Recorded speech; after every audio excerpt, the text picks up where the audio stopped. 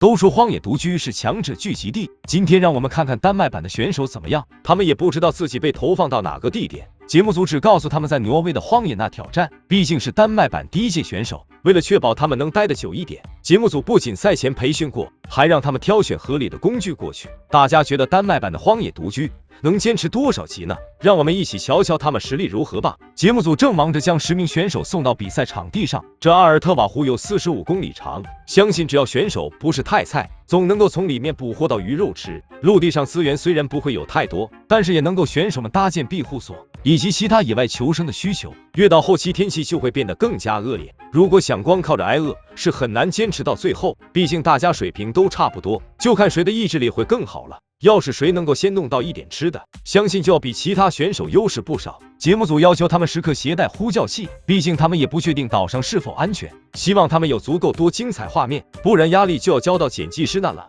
先看看哪个选手先进入副本挑战。第一位的选手是鲁内，他觉得这里的天气实在是有够糟糕的，刚刚还阳光明媚，扭个头就说下雨了，现在真的是又湿又冷，他都有点想回家洗个热水澡再来。可惜节目组不给呀，只好赶紧下船用镜头记录下来，希望以后节目组能选个好点天气开局。现在可不是吐槽的时候，这还不抓紧时间去搭帐篷，等会真就可以回家洗洗睡了。他觉得身体确实有点冷，还要生堆火烘干身子，道理大家都懂，他就是没有立刻行动。或许这就是丹麦选手们的乐观从容吧，看起来更像是过来度假的。鲁内对这次挑战的目标就是争取不要第一个出局就行了。他在家一直就是过着自给自足的生活，虽然没有真正意义上野外求生过，但是觉得就跟自己生活差不多，只是挑战更加苛刻一点。自己最大的优势就是手工活不错，应该能够野外派上用场。他觉得只要每天安排好工作，让自己忙碌起来，那就不会陷入迷茫，反正也没有打算能拿到奖金，心态上确实会有点优势。如果有机会的话，当然还是想多坚持的久一点。说是这样说，可鲁内刚来到这里，就在周围闲逛，甚至还想着立刻放网抓鱼。他觉得这里实在太棒了，待在这里一定很幸福，所以怎么还不去搭建庇护所呢？还是看看准备上的斯泰恩，从颜值上看应该是目前荒野独居选手中最好看的。如果大家不相信的话，可以翻翻之前的视频看看。他还没有上岸，就已经确定好策略，先找好地方搭建庇护所并开始生活，争取多囤积些食物熬到最后。虽然大家都觉得他应该去做模特的，但是他对野外求生非常感兴趣，特别喜欢和大自然接触，为此还专门研究了野外能吃的食物。别看他瘦瘦的，其实特别能吃，来比赛前已经增重了不少。斯泰恩想证明自己并不其他男人弱，哪怕是在野外求生方面，他已经迫不及待想快点上岸开始挑战了。唯一有点担心的就是天气的变化，担心自己的身体会承受不住，希望他能有多点镜头出现，毕竟好看的妹子野外求生谁不爱看呢？第3位出场的是赖西，他过来可不是为了拿奖金，只是想在这里挑战一下自己。野外求生可谓是从小就喜欢，他经常一个人跑到外面磨练，能在这坚持个月就足够了。刚开始时选手们的笑容都这么灿烂，不知道后面能不能笑出来了。赖西对节目组选的地方还是挺满意的，等天气好点，这边日出日落肯定很好看。埃米尔就不一样了，他最喜欢和动物亲近，恨不得顿顿都能在餐桌上看到，希望能在这狩猎一场。埃米尔觉得自己的野外求生技术很高，就是怕对家人太过思念了。乔恩也是有一样的担忧，他答应过家人，只要身体出现问题，就会立刻对节目组说退出，如果可以的话，当然还是坚持到最后好。野外的生活非常让人舒服，感觉整个人都安静了下来，不知道接下来会碰到什么。他对接下来的生活可谓是充满期待，不过还是得把庇护所先弄好。安梅还没开始挑战，就已经在那吐槽节目组。原本他以为可以正常开始挑战，都准备一上岸就扔防水布上去，然后把衣物和睡袋放好，紧接着就生火钓鱼。现在这天气可实在让人难受，节目组还不愿意延迟1天再开始。艾伦就没有这些烦恼，他觉得只要自己做得好，无论怎样的天气都能应对，越是下雨越是能体现自己的实力。他就是喜欢这样的挑战，也好将那些较弱的选手淘汰出局。不知道其他人是怎么想的。马格努斯为了这次挑战，连工作都放弃，想着能够让自己更好准备锻炼，只要能拿到奖金，那就能做自己想做的事情，让生活变得更好。利伟也不觉得自己很弱，相信能在这里待上很长一段时间。装备也是选手中最好的，就连求生教练看到都夸他专业。只要合理利用这些工具，待上个月都没有问题。其他选手问题就要多很多，工具没有选对，甚至连睡袋都没有准备，真的是什么问题都有。只能说这届的大聪明是真的多，所以他坚信自己能赢。毕竟不是每个人都能选好工具并使用，感情是其他选手让立伟自信起来的。我就看他会不会被打脸了。立伟也不急着搭建庇护所，先在镜头前多展示下自己有多自信，希望他的实力跟说的一样好。最后一名选手克里斯汀就要谦虚很多，他觉得自己实力并不是很强，勉强能排前3吧，坚持个8月都没有什么问题。现在心情那是非常激动。趁着肾上腺素还没下降，抓紧时间将庇护所给搭建好。就是这雨越下越大，全身湿透的感觉是真的难受。想起自己刚出生的宝宝，虽然妻子非常支持自己过来挑战，但是他自己一个人照顾宝宝，现在心情那是相当复杂。在野外求生，对家人的想念非常的正常，能否抵挡住就非常关键。最好的办法就是让自己忙碌起来，这样才不会影响到求生节奏。说是那样说，但是真轮到自己时，情绪很容易就会占据主导。不少选手就是这样退出了挑战。我觉得克里斯汀很有可能也会这样，不过他野外求生技术确实可以，知道哪些昆虫植物是能吃的，这都是他慢慢探索出来，希望能够在挑战上用得到。要是能在挑战中狩猎到鹿吃，他觉得自己肯定能拿到冠军的。问题是节目组安排那地方，别人说鹿了，有没有小动物都成问题，只有捕鱼才是他们的出路。现在10名选手都提到过了，不知道大家更看好哪一个呢？鲁内这里的环境还挺满意的，至少附近树木足够多，不仅方便搭建庇护所，还能方便自己每天砍伐木头。他觉得可以往高地那边找找，这样就不用担心被雨水淹没。一路走过来也就这里稍微好点，毕竟有防水布和睡袋的存在。扎营那是又快又好，只需要用绳索固定，然后将布放上去，基本就能够抵挡住雨水了。等天气变得更极端的时候，到时再收集些材料进行完善。接下来就是柴火的问题，得抓紧时间将衣服烘干，身体一直潮湿下，体温会下降得很快。想要在荒野独居待得久一点，必须好好规划一下才行。马格努斯这边已经找好地方，等会就可以将庇护所搭建起来。这雨一点停下来的意思都没有，抓紧时间将东西都搬进去。他可不想刚开局就全部湿透，不像以前的选手那样搭建庇护所。丹麦的选手更多是有个挡雨的地方就行，所以弄起来都特别简单，感觉我上都可以一样。不就是将防水布弄起来避免进水，然后用钉子固定住4个角，里面放个睡袋就行了。克里斯汀的想法也差不多，只是这边的环境要更糟糕点，他要好好挑一下才行。希望接下来1个月都能够支撑住。兜兜转转都没发现个好地方，雨那是越下越大，只好随便找个地方搭建算了。不知道背包那边怎么样，反正现在自己衣服那是湿的不行，体温也下降来了不少，希望天黑之前能够将庇护所搞定。马格努斯已经没刚开始时那么高兴，周围实在是太过于潮湿，别说找到干的柴火了，砍下的木柴那都是湿透的。今晚很有可能在没有火情况下生活，现在也只能先砍木材当钉子。庇护所搭建好再考虑生火的问题，这绝对是我见过最简陋的庇护所。要不是节目组让选手带睡袋，在这样恶劣的环境下，我相信肯定有人第1天都扛不住。斯泰温这边才把所有东西搬到高处躲雨，还没有想好在哪里搭建庇护所，四周走走寻找更好的地方。他可不想半夜醒来庇护所都被淹了。目前环境还能够接受，就是树木稍微少了一些，收集柴火会辛苦点，希望天黑前能找到个合适的位置。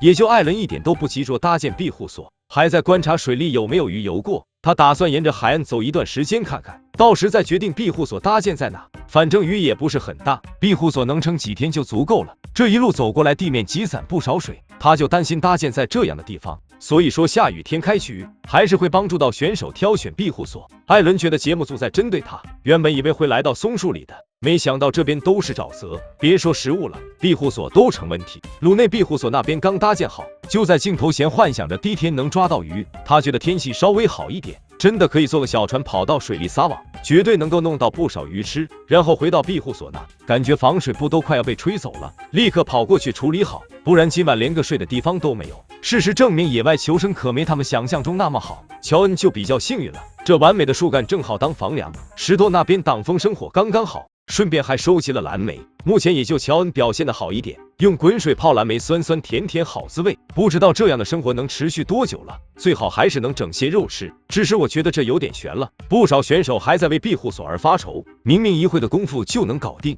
硬是做了3-4个小时才完成。这雨要是下的更多一点，感觉防水布都要坍塌下来了，选手们的笑容都快要消失不见。目前开局看起来选手们实力确实不咋样，就不知道他们能否带来点惊喜。This guy is relentless. He took down the bird's nest and even grabbed the wooden stakes, all for firewood. The way he's blowing on the fire, I'm worried he'll burn his beard off. Let's check on the contestants' shelters. Lychee thinks a good shelter should block wind, water, and heat and have a big bed for rest, so he spends more time moving inland. It's better than rushing to set up a makeshift shelter. This spot is drier than he thought. With some cleaning, he can build a good shelter. But it's not flat enough and he's worried rainwater might pour in. Lychee was thinking of just making do. After all, it's almost dark and he still has to move his stuff. While he was worrying, he noticed a fallen tree. Isn't this a ready-made shelter frame? He just needs to clear the weeds and cover it with a waterproof sheet. Constructing this shelter is almost effortless. Stein has already spent a lot of time searching for a spot. He's feeling colder and colder. If this continues, his body might not hold up. He needs to hurry.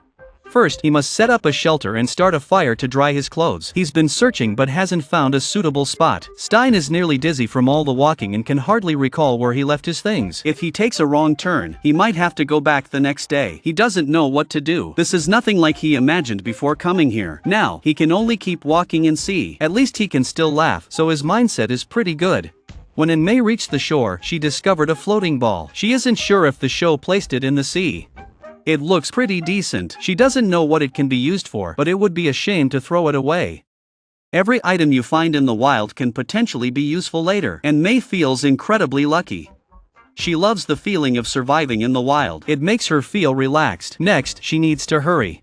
She needs to set up her shelter. She spends most of her time on the farm, living a very comfortable life. Her family is behind her all the way. They doubt May will win, but they hope she lasts as long as she can. And May was very frail as a child. Forget about surviving in the wild, even playing outside was tough. So now, she pays special attention to her health. If she feels sick during the challenge, she might quit early. Unlike others, she doesn't worry much about loneliness. And May believes that relaxing in the wild is far better than being busy at home. She's also at ease leaving the kids with her husband. As long as she isn't the first to drop out, and May feels she's done well. After some wandering, she finds a good spot to spend the night.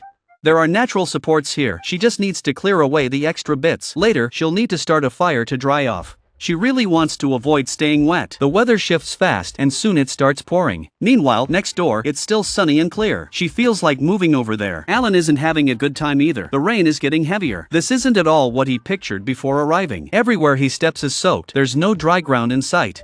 If he doesn't stay steady, he'll surely slip. At least there's a lot of wood here. He also wonders if there's any food around.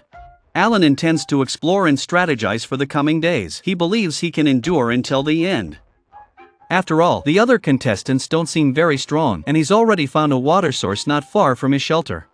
Unlike the others who rely on collecting rainwater, he might even find some food in the creek if he's lucky. Now, he just needs a dry high ground. He thinks he'll be quite comfortable here. Christine's shelter is already set up. Inside, she stays dry despite the rain. With few fish around, she lights a fire and upgrades her shelter. It looks simple, but it works, and it only took her less than an hour. The cost effectiveness is really high. If she has time, she'll tidy up inside too, so she can rest more comfortably. She has to admit, the show picked a great location. She's never dealt with such quick weather shifts before, scorching one moment, pouring rain the next. Most people would struggle to adapt here. She's unsure how long she can last, but she truly loves the scenery. She wishes her family could be here to enjoy it. Fishing is so relaxing. The clouds seem to be moving this way. It seems heavy rain is on the way again. The camera then shows Lychee, who has just found a spot for his shelter. He immediately moves his luggage there, which exhausts him. He has to hurry and finish the shelter. Many believe military experience boosts your wilderness survival odds, and that's somewhat true. But surviving in the wild depends on many things. For instance, luck plays a big role. Even with great survival skills, if you can't find food, you'll just have to wait to be carried home. However, years of military experience make him believe he's mentally stronger than the others. Lychee is sure he can outlast them. He signed up for this challenge to push his limits, hoping to surpass them. He once traveled alone on a motorcycle. Loneliness doesn't cloud his judgment, it often boosts his resolve. While he's unsure about winning, but he's sure he'll place in the top 3. To pass the time, he weaves ropes and might craft other items. Collecting these could be fun for the kids. He encourages everyone to try such challenges, they offer a unique and thrilling experience. Lai Shi thinks the first day went well. It's still dry enough, and he isn't worried about sudden strong winds.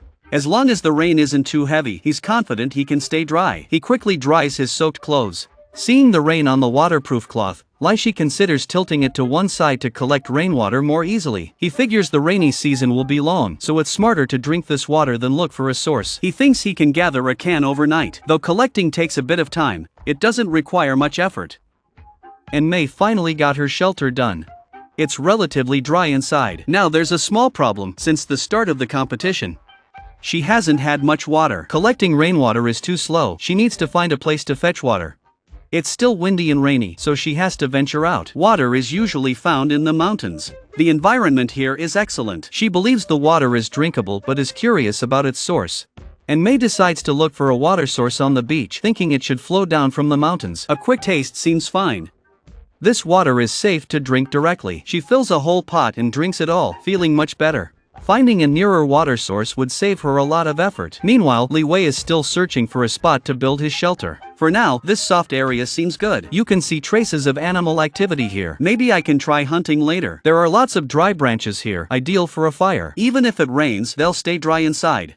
A tiny spark will set it alight. Oddly, it's just day 1 and I'm already feeling lonely.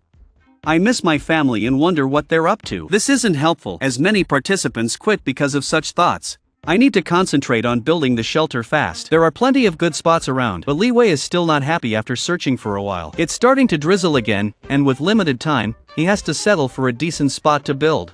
This area is more open, making it easier to set up a waterproof tarp. It's really quite simple.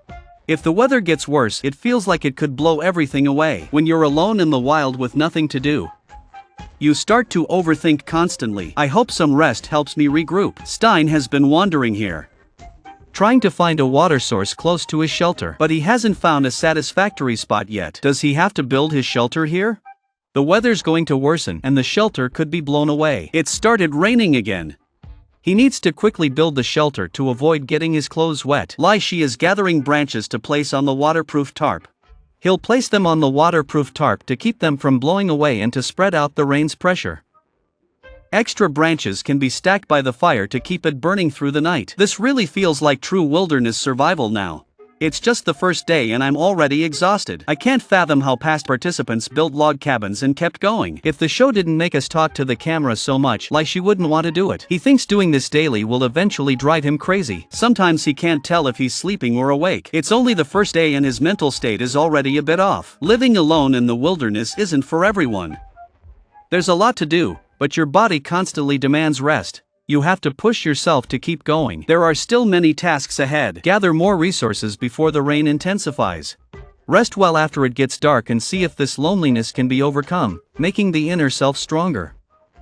I hope all goes well. Alan continues to explore. The light rain is manageable for now. Walking on dry grass feels great. These are excellent fire-starting materials and can be collected. He spreads the grass in his shelter, thinking the show's location is fantastic. If only there were a stable food source. He feels certain he'll win. Alan's overconfidence shows in his constant smile. He just remarked on how nice and dry it is here. But the weather is relentless, and the rain intensifies. Before the challenge, he was already anxious about home. Leaving his wife to handle everything alone is stressful, but the kids are excited about the prize money and want to brag at school. Alan spent a lot of time getting ready for this challenge. He chose his clothing meticulously to stay warm in the wild. Since it's his first time in Norway, he had to rely on online information. Upon arrival, he found the weather to be much worse than what he read online. Alan had thought he could manage, maybe just deal with some hunger. Now he faces another challenge. The harsh weather is very uncomfortable, and the area is already flooded like the rest. Finding a dry spot seems unlikely. Plus, there are many sharp rocks here. If he accidentally bumps into one, he might get injured. Another annoying thing is the rainwater constantly seeping into his clothes. Alan's body feels awful.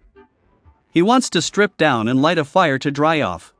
It's not raining yet where Magnus is, but the clouds are moving in. It looks like it will rain soon. He dreads moving. Initially, he planned to set up a shelter right away, then gather firewood and berries. When the weather improves, he would check the fishing nets. That's the plan, but being here makes everything feel very difficult.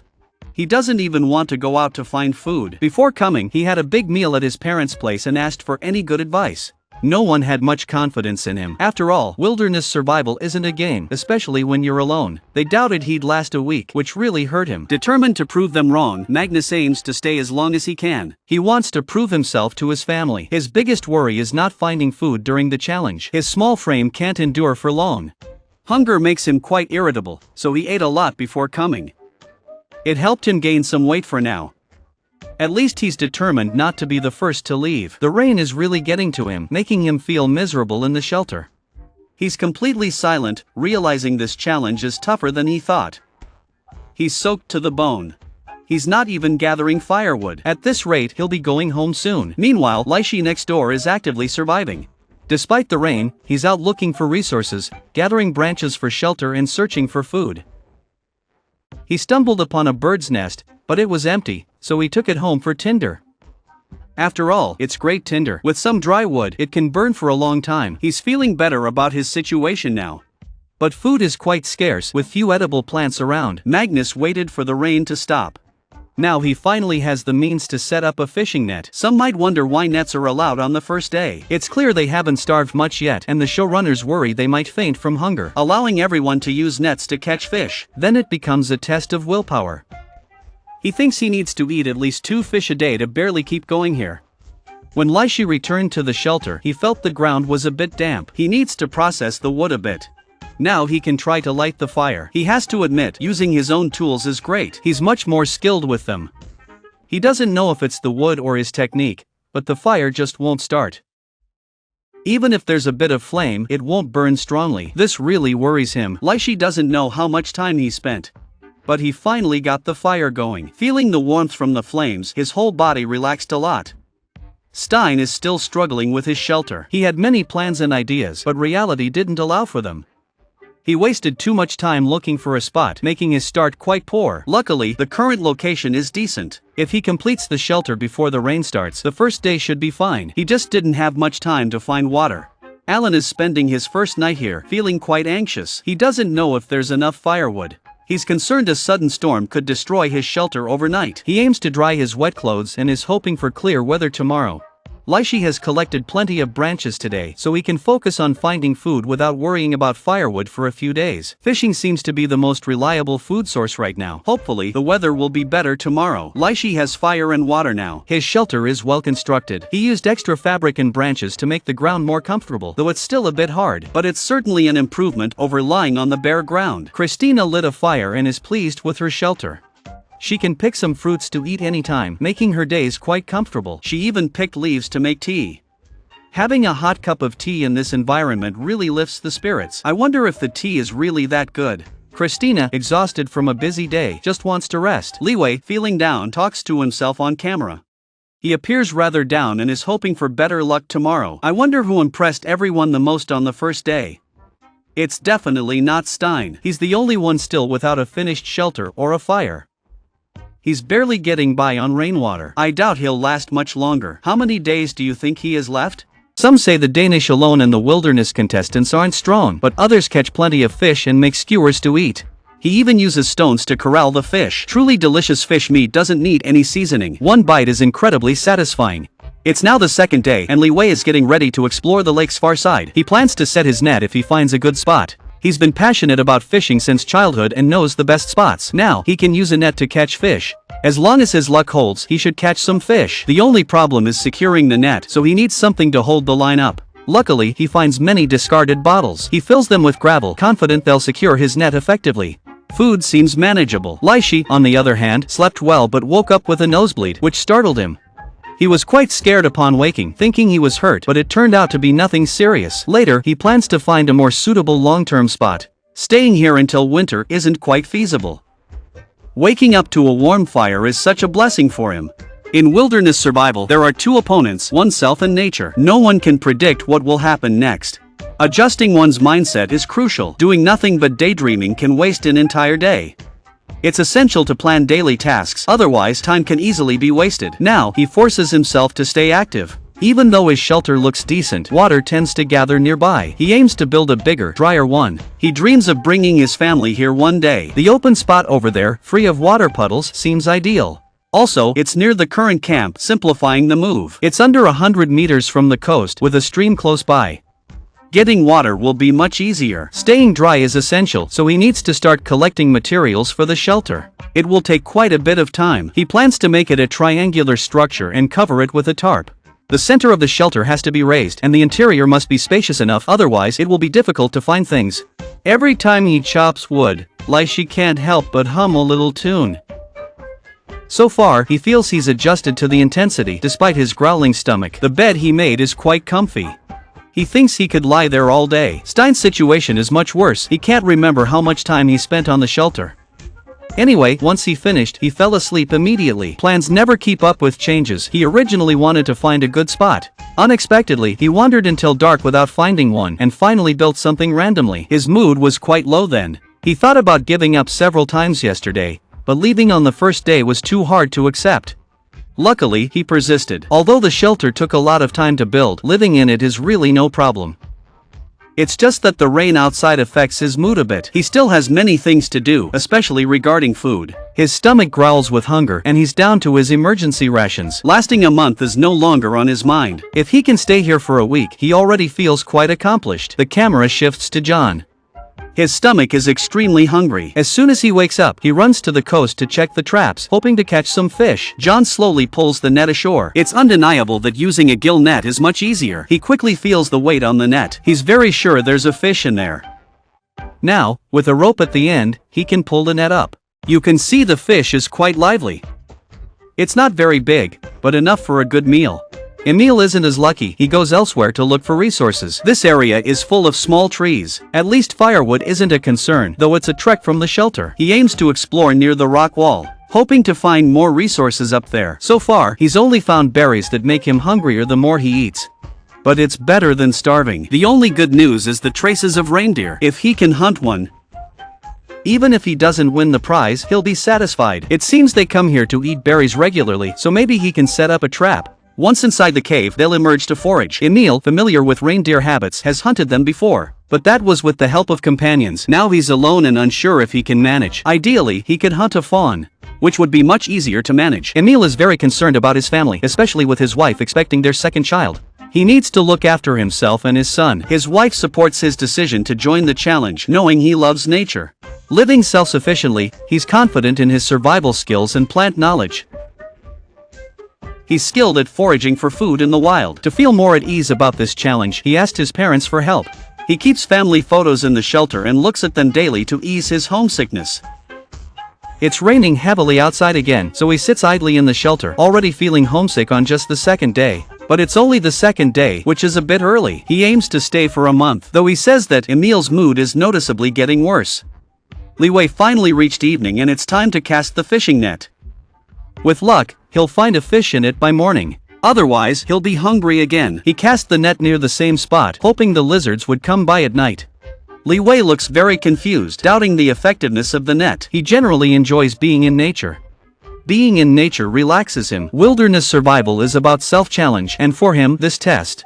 The main concern is finding food. He needs at least one fish daily to stay full. Surviving on just water would only last him a week. If he decides to quit, it will be because he misses his family too much. He thought he was ready for everything before arriving. But once he got here, he realized how difficult reality is. It's hard to imagine how previous contestants managed to stick it out. He prefers snow over rain. After all, it's easier to spot reindeer tracks in the snow. Goodness. Everyone's focused on catching a reindeer to survive, but I believe reinforcing the shelter is more important. I'm really concerned a strong wind could blow it away. On day 3, Stein finally enjoyed some sunshine and could step out for fresh air. He has many tasks, but finding food is his top priority. Meanwhile, Lychee headed to the water for a bath. Even in wilderness survival, hygiene is important. Cleaning up from time to time keeps you healthy and relaxed. If the water wasn't so cold, he'd love to soak in it. Once back on shore, he needs to exercise to warm up. If I didn't know Lychee was here for the challenge, I'd think he was on vacation because he's having such a good time. Meanwhile, Li Wei checked the fishing net first thing in the morning. I have to say, the fish here are pretty good. He managed to catch one, even though it's a bit small. but it's a good start. Hopefully, he'll catch bigger fish in the future. Emil keeps reminiscing about his family. He feels incredibly selfish and is filled with guilt. He tries to stack stones on the shore to feel better. Just moving the stones back and forth takes a lot of energy. I think we can declare Emil eliminated early. She stopped conserving her energy and is just concentrating on building. She dedicated most of her day to it. At last, she completed the monument. Currently, only Li Wei appears to be competing. Today, he keeps working on his shelter. To have enough space, he spent a lot of time building it. Now, he just needs to cover it with a waterproof sheet. It's much better than the previous one, but it consumes a lot of energy. He needs more food to fill his stomach. But more crucially, he craves companionship. Speaking to the camera only heightens his loneliness. John is rushing to the beach to check because a buoy has sunk and disappeared. It might mean a fish is caught, whether there's a fish or not. He has to go check. It's time to see if there's any catch. I have to say, catching fish here is a bit easier. This is the biggest fish caught by any contestant so far. John is so excited he wants to swallow it whole. Also, there's still another net to check. If the weather holds, he should be able to catch a fish daily without any issues. Now, he has so many fish that he needs to figure out storage. For her, the wild is like home. She spends a few days out there every week. She doesn't have strong feelings about the competition. If she feels her body can't take it, she'll choose to go home. Ultimately, her family is waiting, and being with them is paramount. She spent a long time preparing for this challenge, carefully considering every piece of clothing and item was thoughtfully chosen. With food, the toughest part of survival, already sorted, she can now focus on building her shelter. Loon aims to complete the shelter today. The driftwood on the shore shows the wind usually blows in this direction. This crucial finding means he must consider the wind while building the shelter, so he won't have to constantly worry about it. He has a basic plan for the shelter but needs to gather resources, especially by catching some fish. After all, a lot of energy will be consumed next. Rune spent quite some time wandering along the coast and found this spot to be quite good. A nearby river makes fetching water easy. Rune is pleased with the spot and ready to build the shelter. He weaves a crossframe with tree trunks, covers it with a waterproof cloth, and weighs it down with branches and stones. Just need some moss to block the rain and it's done. Not bad at all. The aim is to move in before dark. Li Wei has a bold idea. He doesn't know if it's right, especially since it's almost dark and he's just starting to prepare to move. He's only had one fish for energy so far, and his mental state is worse than he thought. He's considered giving up moving several times. In the end, he pushed himself to complete it, hoping for a more open area and a larger shelter space. But when he rearranged everything, it was worse than he imagined. It felt like it could tear apart at any moment. Li Bei felt really let down by himself. With little time left, he could only tweak things slightly. He hopes to fix the shelter by tomorrow, but he looks ready to give up. It's only the 4th day of the competition. Lai Shi had a rough night, with mosquitoes pestering him and wind seeping through the gaps. The new shelter didn't meet his expectations. He needs to block the wind and plans to use branches to secure the sides, then stack them up. The nearby materials are abundant, so it won't take long to gather a bunch. It doesn't have to be fancy. If it blocks some wind, it's fine. That's basically how to do it. Lai Shi's days are improving, but Li Wei's situation is dire. His shelter is more like a flimsy cloth than a real one. Now he's starving and needs to eat before he can work. Catching a big fish would be ideal. He hopes the net caught many fish overnight. Now on the rocks, Li Bei starts pulling it up immediately. The waves are huge today, so he can't pull up a net. He takes off his shoes and wades into the water to manage it. In this weather, he can't stay in the water long. Next time, he shouldn't set the net so far. Li Bei's calves were shivering from the cold. When he pulled the net, it was empty. It seems berries are the only food today. His mood sank.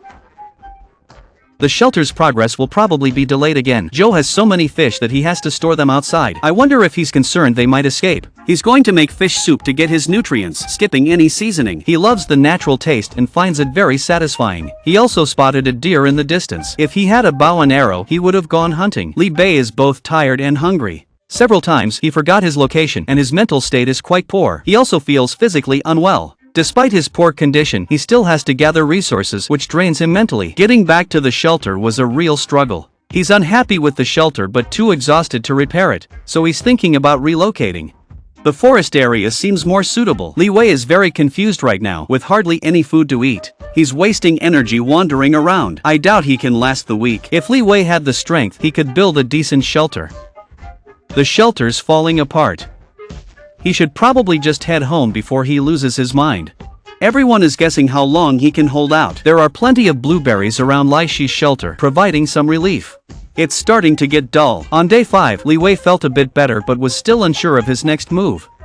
So he opted to collect some wild fruits. Emil has been longing for his family since he arrived. Sitting around feels torturous.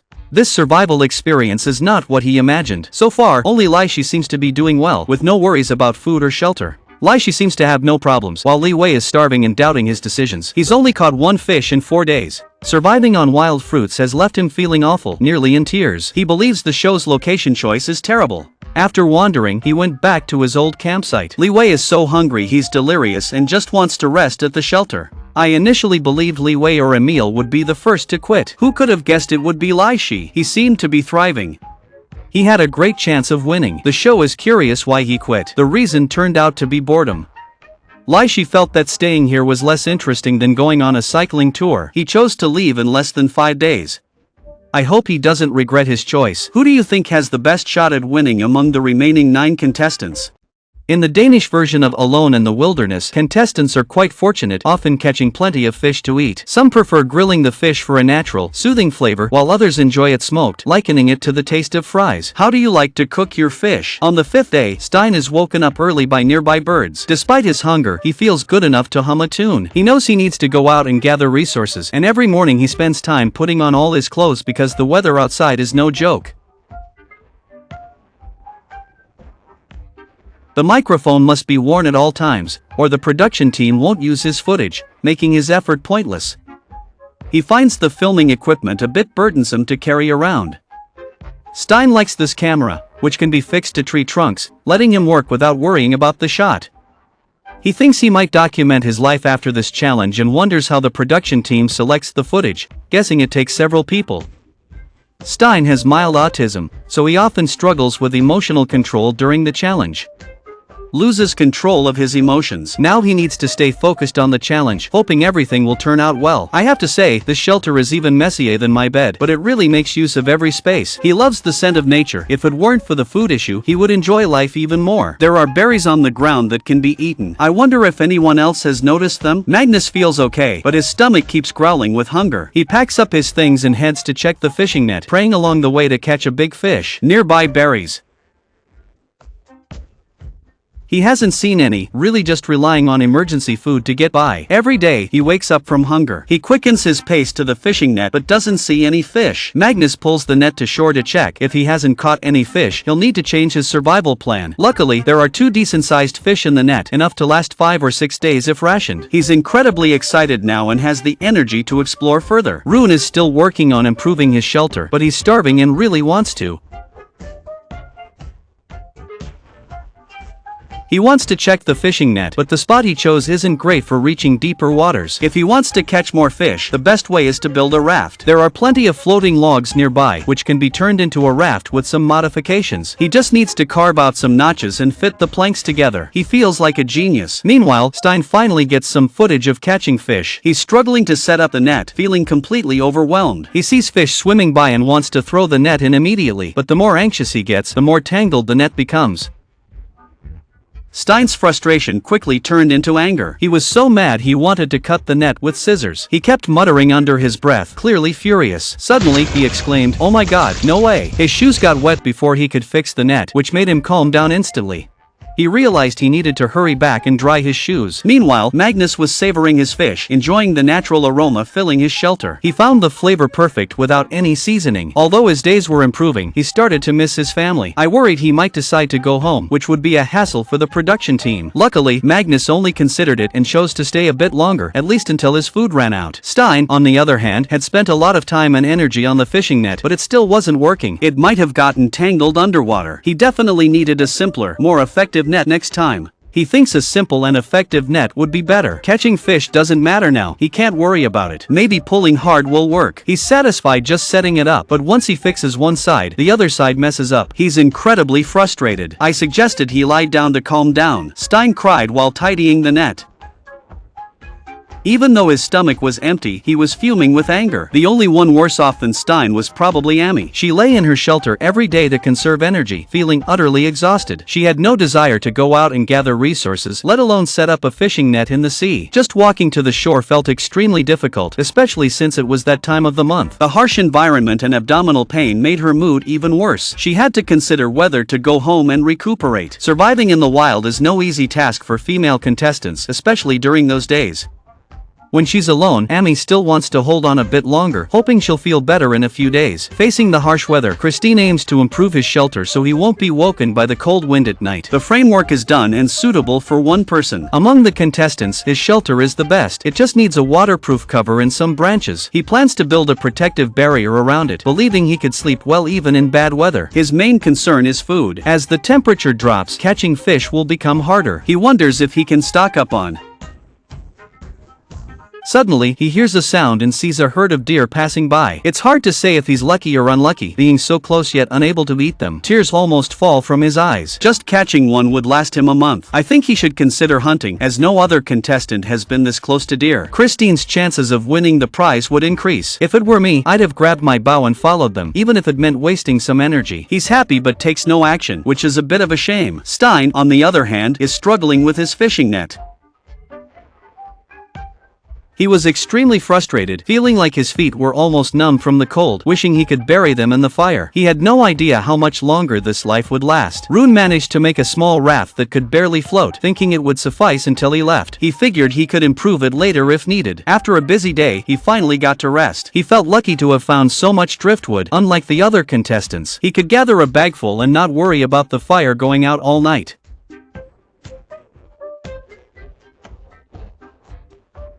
He is slowly getting used to the wilderness lifestyle, hoping to last a month before taking a break. After eating and drinking, Magnus starts missing his family again. He tries to stay busy by carving animals as souvenirs, but it's tough. His mind wanders when he's alone. He's been tempted to quit several times, picking up the call button. This challenge isn't for everyone. The loneliness can break many. Reflecting on other contestants who last 2.5 months and accomplish so much daily, he feels they are much stronger than this season's participants. There are too many things to do. When in the shelter, Magnus tries to keep himself busy. He doesn't want to go home so soon, at least not before enduring a couple more days to make it a week. The warmth from the fire and the enticing smell of fish make his stomach growl again, just in time to taste the smoked flavor. Although it's his first time trying smoking, theoretically, the taste shouldn't be too different. After a small taste, Magnus can't quite describe it, but it's definitely delicious. From now on, all the fish he catches will be smoked, tasty and longer lasting. He highly recommends others to try it.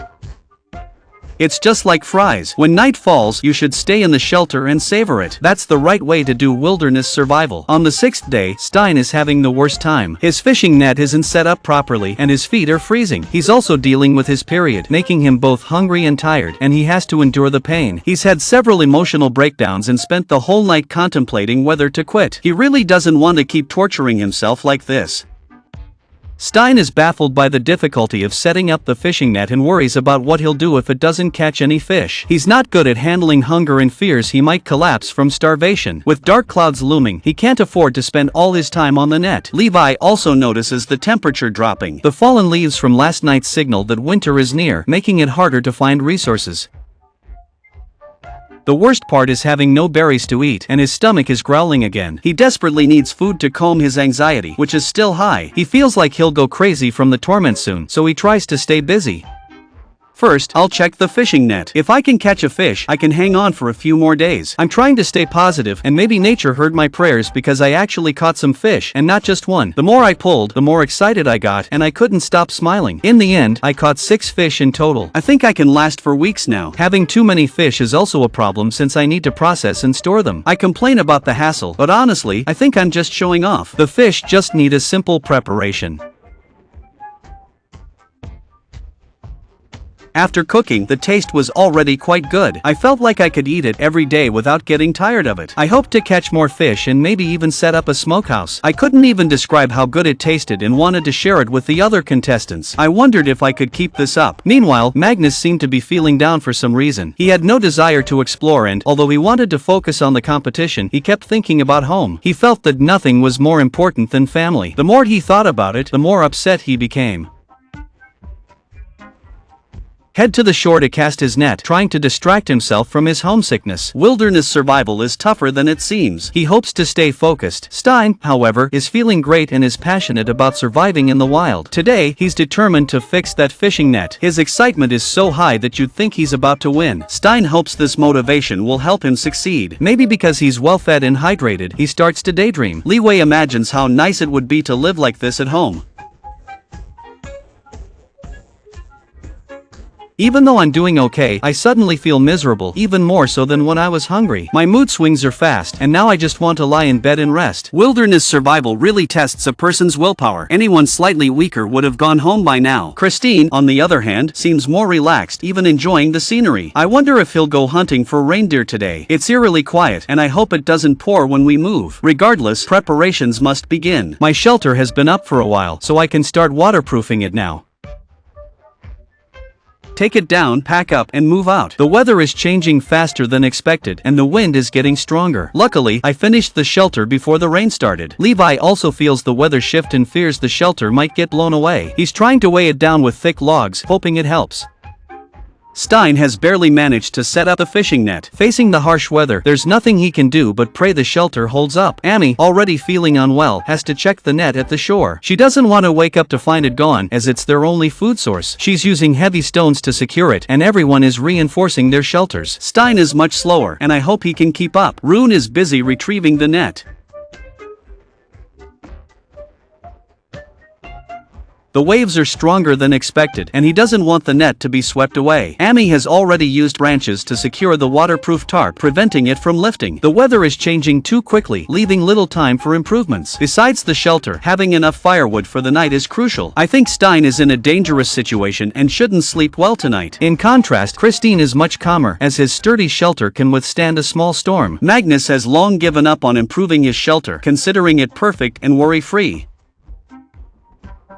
It will definitely impact him. He's conflicted about when to go home, having given up on winning. He tells himself to leave when he can't find food but also wants to prove himself. No wonder he's so torn. I think he should quit early and go home. With such thoughts, it's hard to stay. He's not the first to leave, so there's no need to worry about leaving too soon. Better to wait for the storm to pass before deciding. The storm is fiercer than expected, and only a few contestants aren't worried about their shelters. Christine even wants to go for a walk, hoping it doesn't scare the reindeer away. He also wants to try hunting deer here. The rain continued until dawn, and most contestants didn't sleep, fearing the wind would blow away the waterproof tarp. So far, no shelters have been damaged. Christine is in a great mood, planning to check the back mountain, hoping to encounter a deer. In contrast, Levi is in a terrible mood, with no energy to fish or improve his shelter. Even a little exercise leaves him needing hours of rest. Magnus now finds fish tasteless.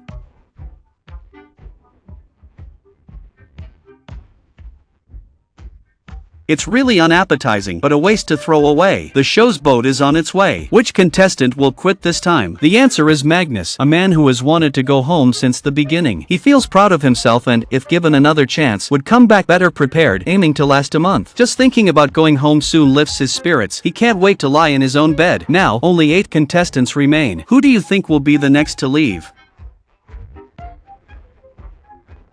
They say a wilderness survival challenge means hunger and self-doubt. But check out how these participants are managing. Using only a fishing net, one participant effortlessly catches 6 sizable fish, no seasoning needed. You can practically smell it through the screen. One bite and it's rich and fatty. Pair it with some pure, natural fungus coffee, it's even better than gourmet food.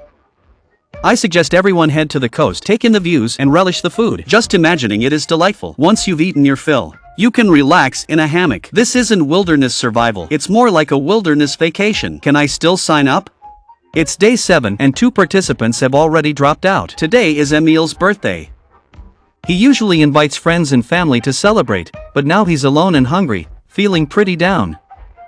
He heads outside to look for food, hoping for some luck. Oddly enough, the scenery instantly lifts his spirits. He's no longer in a rush to find food and just wants to wander around and enjoy. However, as he walks, he suddenly wishes his family were there, and his mood darkens. He thinks about quitting daily, but he appears in every episode. I wonder when he'll finally quit. Emil, meanwhile, skips cloud catching and focuses on brewing his beloved fungus coffee. For Emil, it's the best coffee. Meanwhile, Levi is nearing a breakdown, waking up worried about his wife at home. worrying if his family has left him. These thoughts keep flooding his mind. To ease his anxiety, he tries to burn off energy, but when he gets to the shore, he finds his fishing net tangled in the rocks. He's definitely going hungry today and now has to spend time fixing it, making his mood even worse.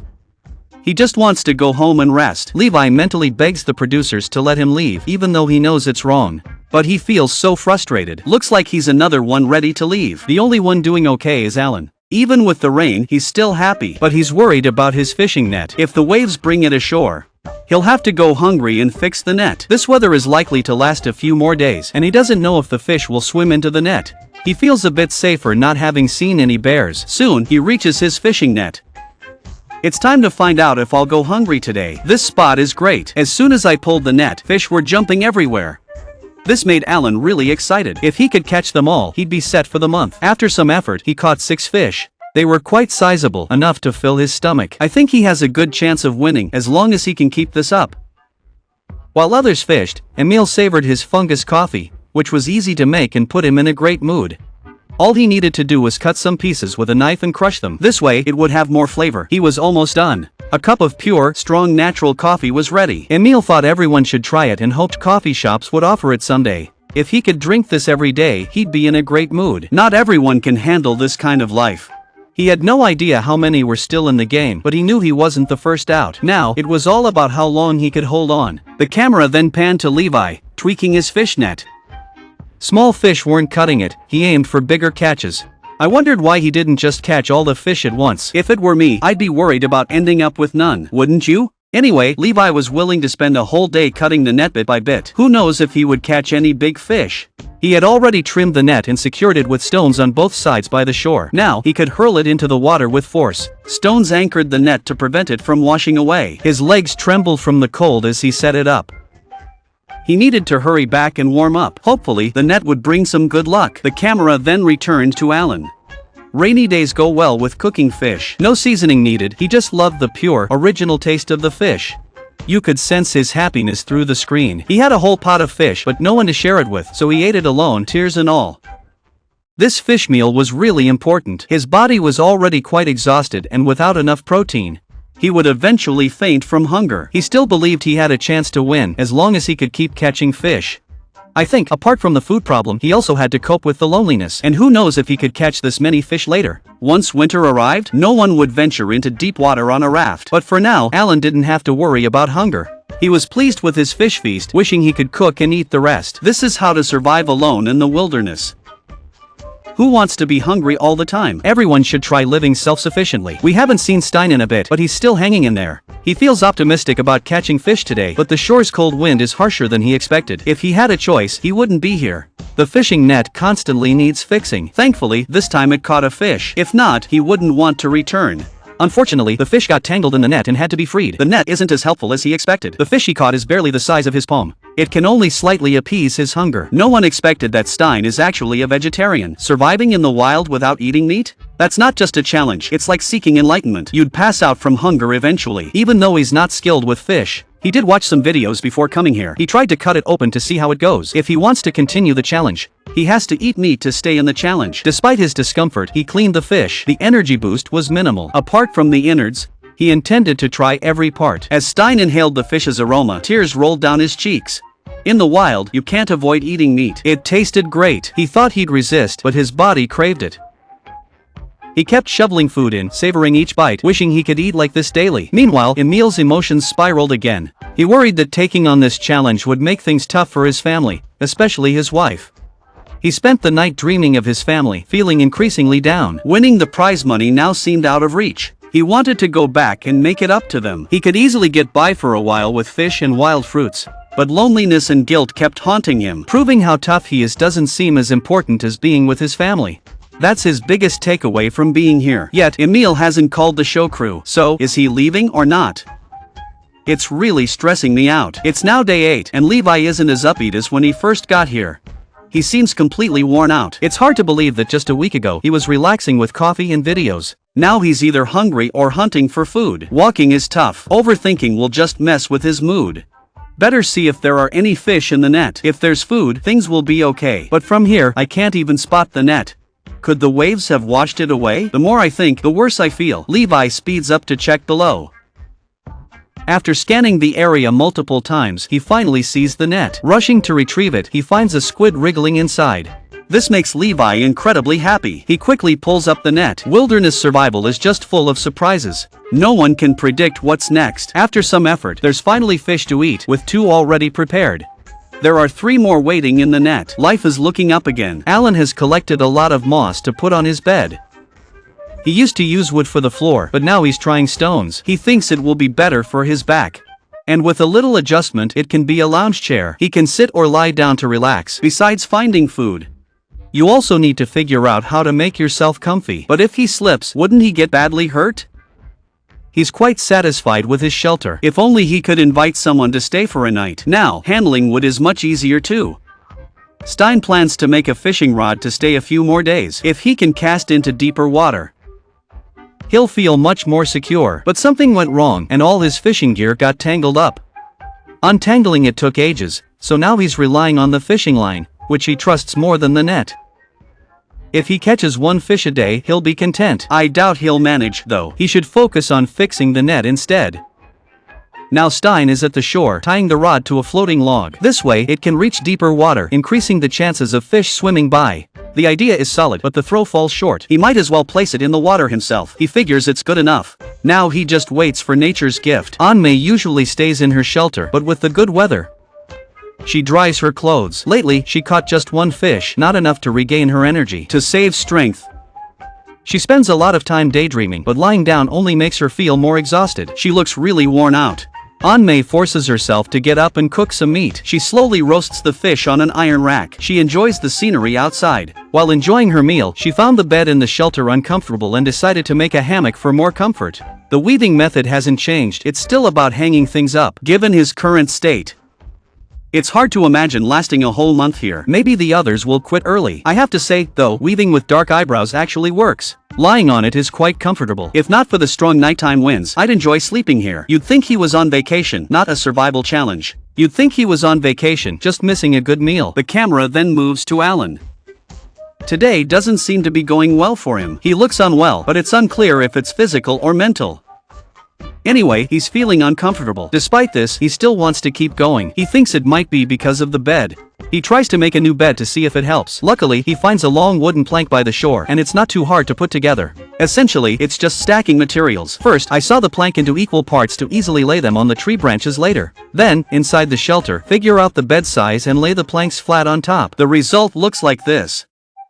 Even though it's a bit shaky when you lie down, it's way better than the bare ground. Too bad we don't have enough planks. Otherwise, we could have made a proper floor. Alan is securing it with stakes on both sides and making some tweaks. Overall, it looks decent, but it was a lot of work. Now, even setting up the bed seems daunting. I just want to wrap up and get some rest. Alan is debating whether to quit. He's completely worn out. But deep down, he wants to keep going and shouldn't quit yet. Loon, on the other hand, has no such worries. Whenever he's hungry, he just grabs some fish. Food is still plentiful, so he even cooks on the beach. I'm just wondering, aren't there any bears here? And he didn't use any seasoning either. This year's participants seem to prefer that pure, natural taste. Savoring the meat's aroma and the view, life's good as long as I can catch fish. I can hold out for quite a while, especially since my shelter is well built. Right now, the loneliness isn't too overwhelming. At the moment, homesickness isn't enough to make me quit. Levi works harder the more confused he gets. It's his way of staying focused. He plans to build a new shelter today, and you can see it's a huge task just by its size. Leeway is already winded from trying to lift it. He's going to need to gather more materials next. I suggested making it smaller to save energy. He could save a lot of energy this way, but he's determined to go all out. Let's get the tarp up first. At least make sure there's a spot to sleep tonight. The tarp's too small, so we'll need a different setup. There's a big open area nearby. He tried to measure it, but it looks worse now. Leeway feels his body is at its limit. Continuing like this is just torturing himself. Even though he ate 5 fish today, he still feels completely drained. He still wants to push through and rebuild the shelter, even though he feels awful. Maybe he should just rest for a day instead. Perhaps a night's rest will help. At the moment, Leeway is so weak he might faint. He even called a doctor to check on him. It's uncertain if his body can hold up. We don't know if Leeway can keep going. Anyway, Emil is really leaving. He just wants to quit the challenge and go home to take care of his pregnant wife. I can't be this selfish. Avoiding reality won't do anyone any good, but it's almost dark now. Packing up and leaving at night isn't wise. Let's wait until morning when the show crew returns on the 9th day to take everyone home. Li Wei is utterly drained and can't stay. The doctor even told him to leave. Staying isn't an option. Something unexpected is likely to happen. Li Wei was already unsure about leaving, but with the doctor's advice, staying means he won't win the prize. Might as well head home early and rest. Li Wei is packing up the shelter again, hopefully for the last time. If he doesn't set up the shelter right from the start, he'll waste more time and energy later. He likely won't join again. I hope Li Wei recovers soon. He's stronger than most, but the shelter problem is really taking a toll on him. I'm wondering why Emil is still on the show when he keeps saying he wants to go home. How much longer do you think he'll stay? Let's wait and see together. While others are struggling for food, he's flaunting a beer. I bet he has a deal with the producers. He even netted a load of fish. This feels less like survival and more like a gourmet vacation. It's day 9, and 7 participants remain. With no rain today, Kristen feels much better. It would be great if she could find some food, so she takes a stroll nearby, enjoying the cool breeze. As she takes in the stunning scenery, she feels a sense of renewal. She just has to be careful not to trip. It's not just about avoiding a broken leg. She walks for a while, finding nothing, until a foul smell hits her. Kristen finds a dead deer on the shore that seems old. What should she do with it? Stein is in a good mood today. He starts his morning by making tea. The firewood he had stored is almost used up. He'll need to gather more wood later, but for now, he's focused on using up what he has. He looks for fish by the shore. After that, he'll find out if he's going hungry today.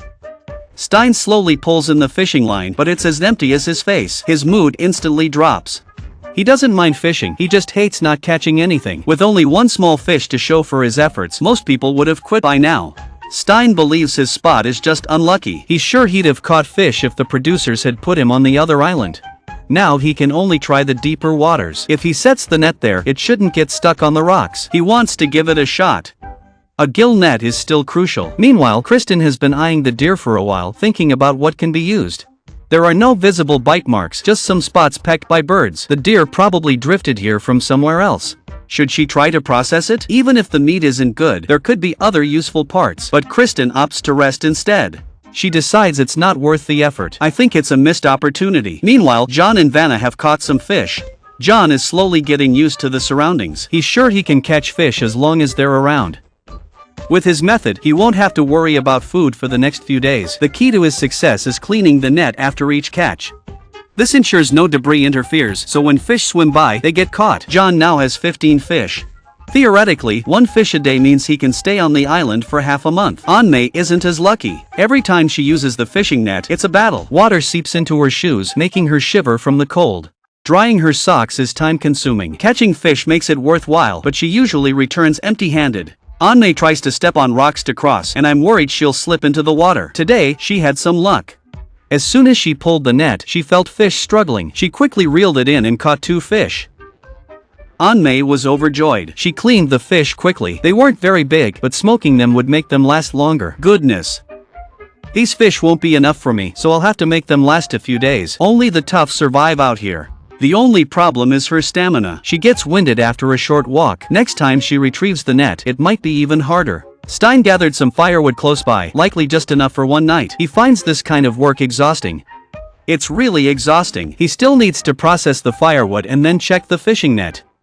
He feels like his body is about to give out. If he could, he'd just lie down and rest until the next day. But his stomach won't agree, growling with hunger. Stein's mental state is getting worse. He's considering quitting. He doesn't want to ruin his health for a prize he might not win. For now, he can only eat a few nuts to get by, but the nearby supply is limited and will soon run out. He needs to find a way to catch more fish. Ever since John caught fish, he hasn't stopped smiling.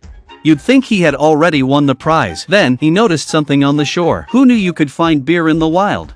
The packaging was intact, and it wasn't expired. He seriously suspects the show crew put it there. John's having a great day. Loads of fish and a beer. This feels more like a wild vacation than survival. Too bad there's no one to share it with. It's not time to get drunk yet. I'll chill it in the stream. Rune's off to the mountain top and can snack on berries when he's hungry. This doesn't seem like a competition. He enjoys hiking in the scenery and he's been wandering for ages. Only the antlers have some collectible value. I planned to finish hiking this mountain, but it suddenly started raining. I had to retreat to the shelter. Anne is so hungry she's questioning everything. The fishing net can catch fish. She lacks the energy to set it up and prefers gathering food on the mountain. Plus, she wants to avoid getting her feet wet again. It takes ages to warm up by the fire. I wonder what food is up the mountain. Maybe catching more fish and stocking up is a better idea. Anne is too tired to grill fish and is cozy in her sleeping bag. Stein rested until nearly dark. Then he remembered to check the fishing net by the shore. If he could, he really wouldn't want to go there. The net always gets tangled. He spends a lot of time and energy on it. He can't see the water clearly anymore. He can't feel any fish moving. He dreads handling the net again. Stein knows that despite his efforts, he can't catch any fish. He knows he won't make it to the end for the prize. Now, he's just taking it day by day and plans to leave in a few days. Thinking this way eases his mind. Stein can contact the crew for an early ticket home. Apart from wanting to leave, he mostly wants to tear the fishing net apart. At night, you can still see the aurora. Kristen loves being in nature. She feels totally at ease but wishes her family could share it. It's now day 10 of the challenge. Alan has another bold idea. He thinks being alone in the wild is too boring. He should make something to entertain himself. He considers making a musical instrument to play, believing in his musical talent. If he weren't so passionate about outdoor adventures, he'd be performing next door. Now, he can have a hot cup of tea every day. Life is pretty good. He strongly suggests everyone give it a shot. It's way better than your coffee. Alan believes spending 10 days here is quite an achievement. But lately, time seems to pass slowly. He thought he had been busy for a long time, only to realize it had been mere minutes. This really impacts his mood and stability. He should check the fishing net by the shore. As long as I can consistently catch fish, my mood will naturally improve. I'm quite confident in my fishing skills. Catching a fish daily is easy for me. Alan claims he's caught something, but he hasn't. No fish at all. My body feels weaker. Right now, I only have some berries to eat. I have no idea when I'll catch a fish. Stein is debating whether to keep going. If he doesn't catch any fish today, he'll call the crew right away. He was already thin, but days of starvation have made him even frilier. He feels like a strong wind could blow him away. If I catch some fish, I might last a few more days, but this belt is falling apart. Let's see if nature has any surprises for me.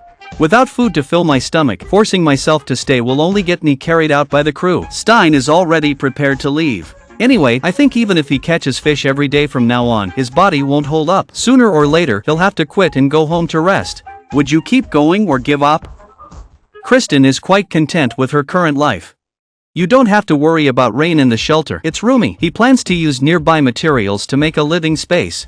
By doing this, he can stop smoke from building up inside. Since the wind usually comes from that direction, he should stack more materials here to block it. Working under the sun is really comfortable. I'm planning to gather all the stones here. I'm sure I can build something great. First, I need to figure out the size, maybe a bit smaller than the shelter. It shouldn't be too hard to build.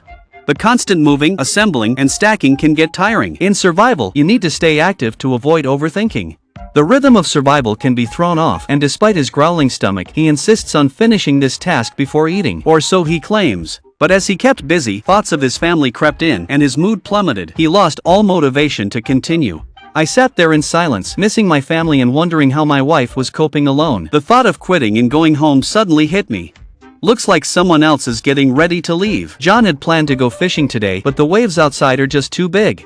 Fortunately, he has a spot to store fish, so he can eat whenever he's hungry. He also found a bucket on the shore. Initially, I considered using it for a bath, but with the weather cooling, I'll need to build an oven in the shelter for warmth. The best part is it won't smoke, so it'll be comfy to sleep. I'll begin by making a hole at the bottom. It should resemble this, with smoke escaping through the hole. I've been gathering firewood daily.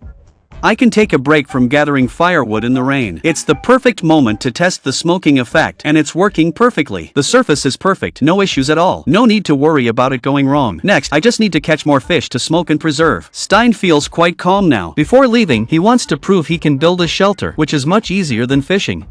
He ties the tree branches together with rope and then just needs to set them up. Stein's strength is clearly not enough. He keeps repositioning and retrying. What should have been a simple lift now requires a step-by-step effort. It took a lot of time and effort, but he finally got the frame up. He feels this challenge is enough for him. Next, he just needs to place the logs and waterproof cloth and his new shelter will be done. His main disappointment is the fishing net's poor performance. Kristen has spent a lot of time moving and arranging wood before the survival challenge. The participants all receive training. He hasn't seen his kids for half a year and doesn't know how much they've grown. If possible, he wishes his wife could bring the kids to share this experience, valuing family togetherness. The kids, if they could speak, would likely say, "No, I don't want to do this." Anmei decides to use all her energy for hiking. After being here so long, she finally reaches a high point and the view is stunning. All the hard work is worth it. The water here is so sweet and her mood has improved a lot. But on the way down, she saw a bear. It seems the bear will stick around for a while, which explains the lack of fish. This is bad news. She knows she can't fend off a bear and just wants to return to her shelter to rest, wondering if it's all in her head. But she constantly feels like a bear is watching. She already struggles to sleep and now it's even tougher. Stein comes to the shore to check the fishing net. Just one fish, even a small one, would convince him to stay a few more days. However, the net is empty and tangled. He's tired of fixing it and feels ready to call the show crew. He's feeling very down. He thinks there's nothing wrong with his setup. "I can't seem to catch any fish. It's the show's fault for picking this spot." Blaming them made Stein feel a bit better. Back at the shelter, he sat down to rest. After this last meal, he could go home. How great it would be if it came with some fish. Apart from always being hungry, the shelter was poorly set up. Cold winds blew in at night and he could only stay warm by shivering. His body was visibly weak, with bones already protruding. If he could, Stein would love to keep going. How could a place so beautiful be so barren? It seemed wonderful at first, but now it's just miserable. If he had another chance, he'd definitely join again. Meanwhile, Alan felt much better, thanks to the uplifting weather. It's hard not to feel good in such weather. The moonlight tonight is beautiful. He hoped his family could enjoy it too. And May's situation was very dire. It was truly cold at night, with frost forming outside. Sitting by the fire didn't help much. She could only get a bit warmer by shivering. Although she wanted to keep going, the thought of Yuxiong wandering nearby and having plenty of food made her think it was better to go home early for a good meal. Meanwhile, Stein was so cold he couldn't sleep. He kept inching closer to the fire for warmth. Though he once avoided meat, now he'd devour a whole pile if he could. He'd definitely devour it all. I can't understand why he didn't leave in the afternoon and chose to endure another day. Finally, on the 11th day, Christine felt she missed her family more and more and was thinking about quitting and going home. And May felt lightheaded and very unwell. Her body was at its breaking point. Even with a heap of fish, she wouldn't feel like eating. If she could participate again, she would focus more on food. Stein had become skin and bones. It was time to leave the shelter and head back to his cozy bed. He hadn't expected to see Toru before departing. This challenge was quite satisfying. The show didn't expect two people to quit simultaneously. There weren't many female contestants to begin with. With both having quit, it's unclear if any woman can win in the wilderness. And May and Stein had packed up and left. They were in high spirits, looking forward to a good meal at home. If there's a next time, they hope it will be in a place with more resources. Now, just 5 contestants are left. Who do you think will win? Those who often go hungry in the wild know that fish and berries are delicious together, no seasoning needed. Just seeing this combo, you know it's delicious. Sign up now to try it. The challenge is on day 11. Only 5 contestants remain. Today, seeing the sun again, Alan's mood is quite good.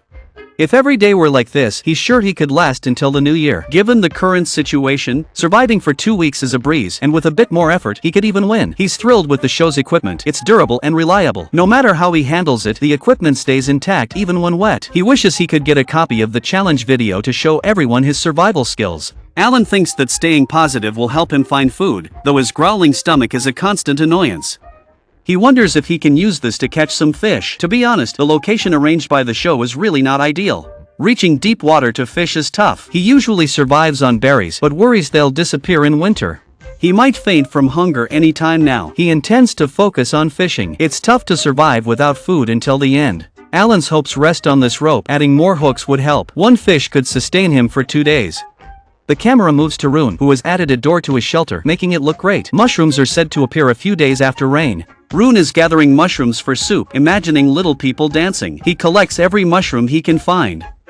After this, there likely won't be many left. With the fish he caught earlier, life isn't too bad right now. But to make it through, this won't suffice. He desperately needs to gather more food. He requires at least 3 fish per meal, but he's only getting half a fish a day. His body is struggling. He hasn't found any berries lately and must rely on the occasional fish he catches. Rune is unsure about the other contestants' progress, but he feels he's managing well. He's also curious about the taste of berries with fish. Rune imagines the taste will be like sweet and sour fish, tangy and sweet, perfect with rice. He's sure he can catch fish. He plans to build a food storage hut. If he doesn't get any food, it would be a waste of time and energy.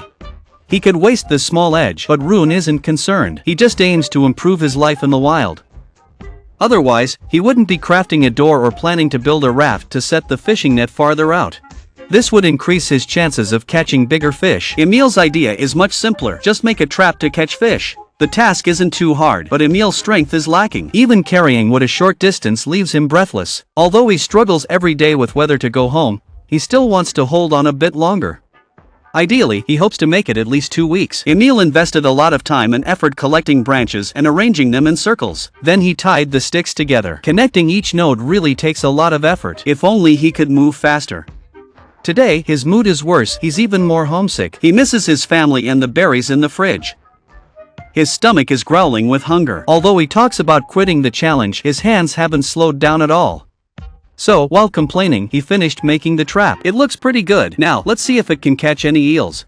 There are some old pipes inside. In theory, once they swim in, they can't turn around and escape. He picked a prime spot and threw it into the water. Currently, Emil is using 1 trap, 3 hooks, and a net. With so many methods, he should catch at least 1 fish, right? He plans to wait by the river for a bite. On day 12, the weather changed rapidly.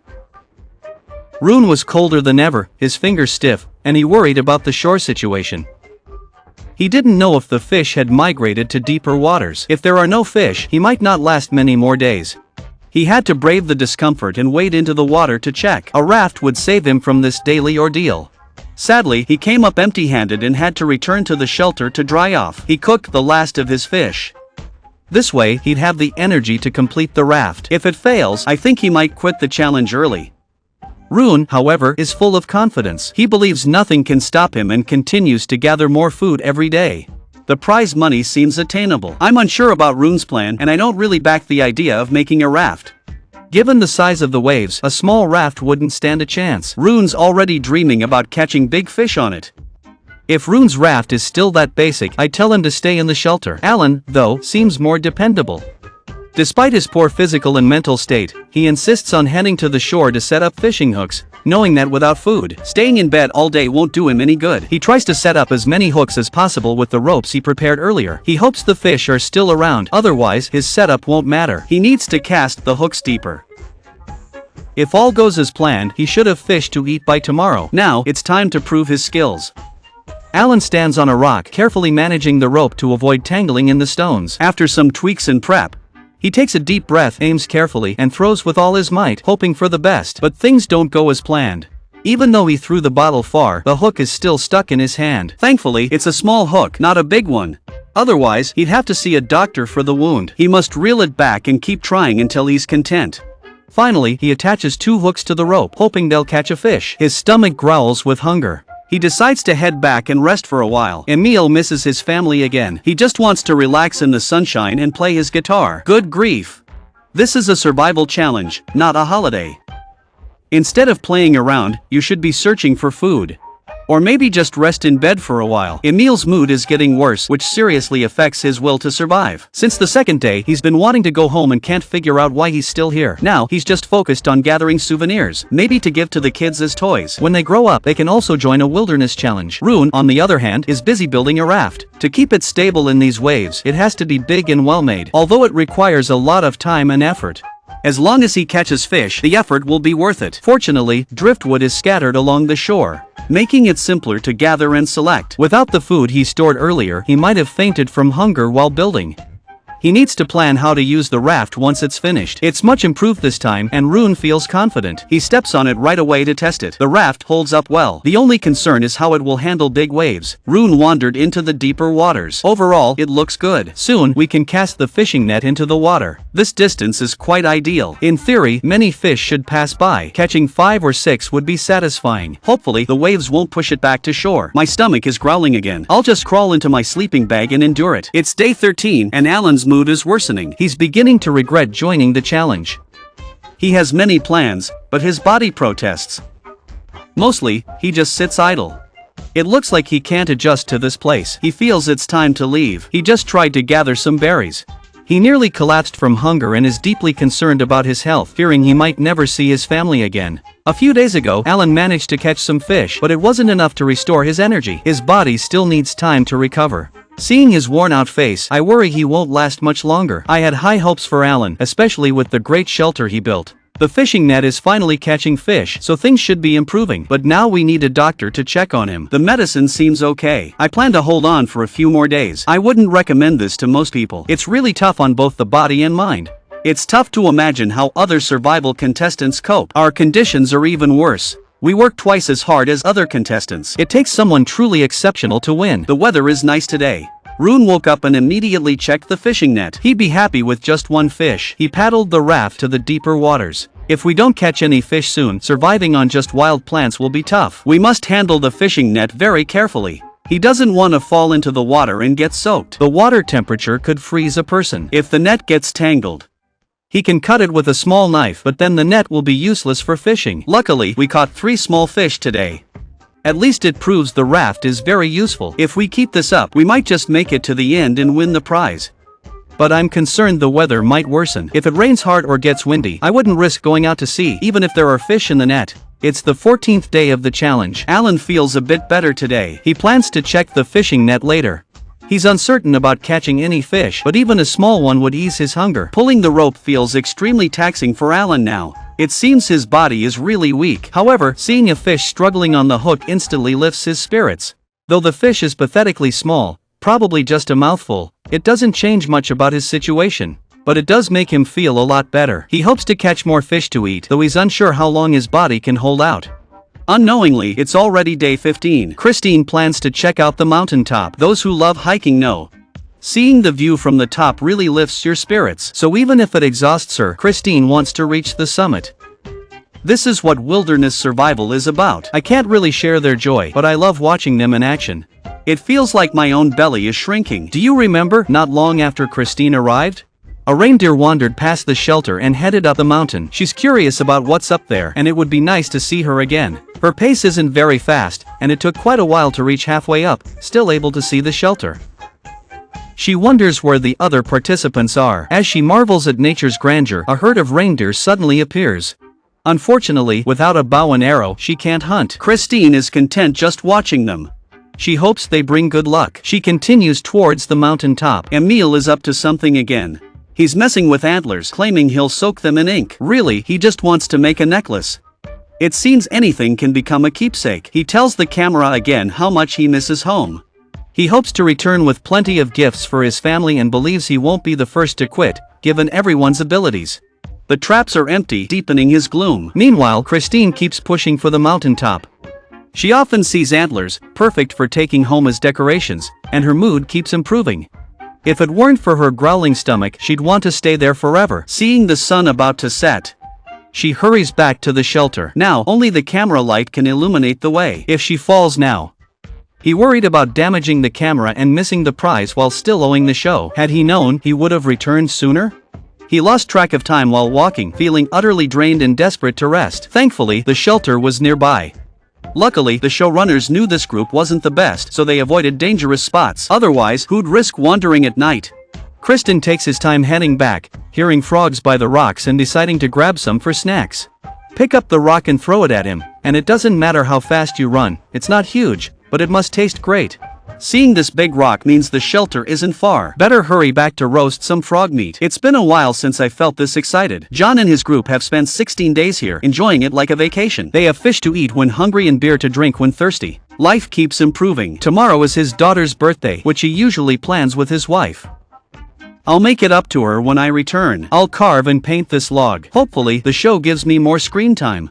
Then my daughter can proudly tell everyone how great her dad is. So, I need to stick around as long as I can. After waking up, Kristen remembered he had some frog meat left. He thought he had eaten it all last night. There wasn't much meat to eat. I guess 2 bites and it's gone. But to be fair, it really smells good. For him, it's like grilling a steak.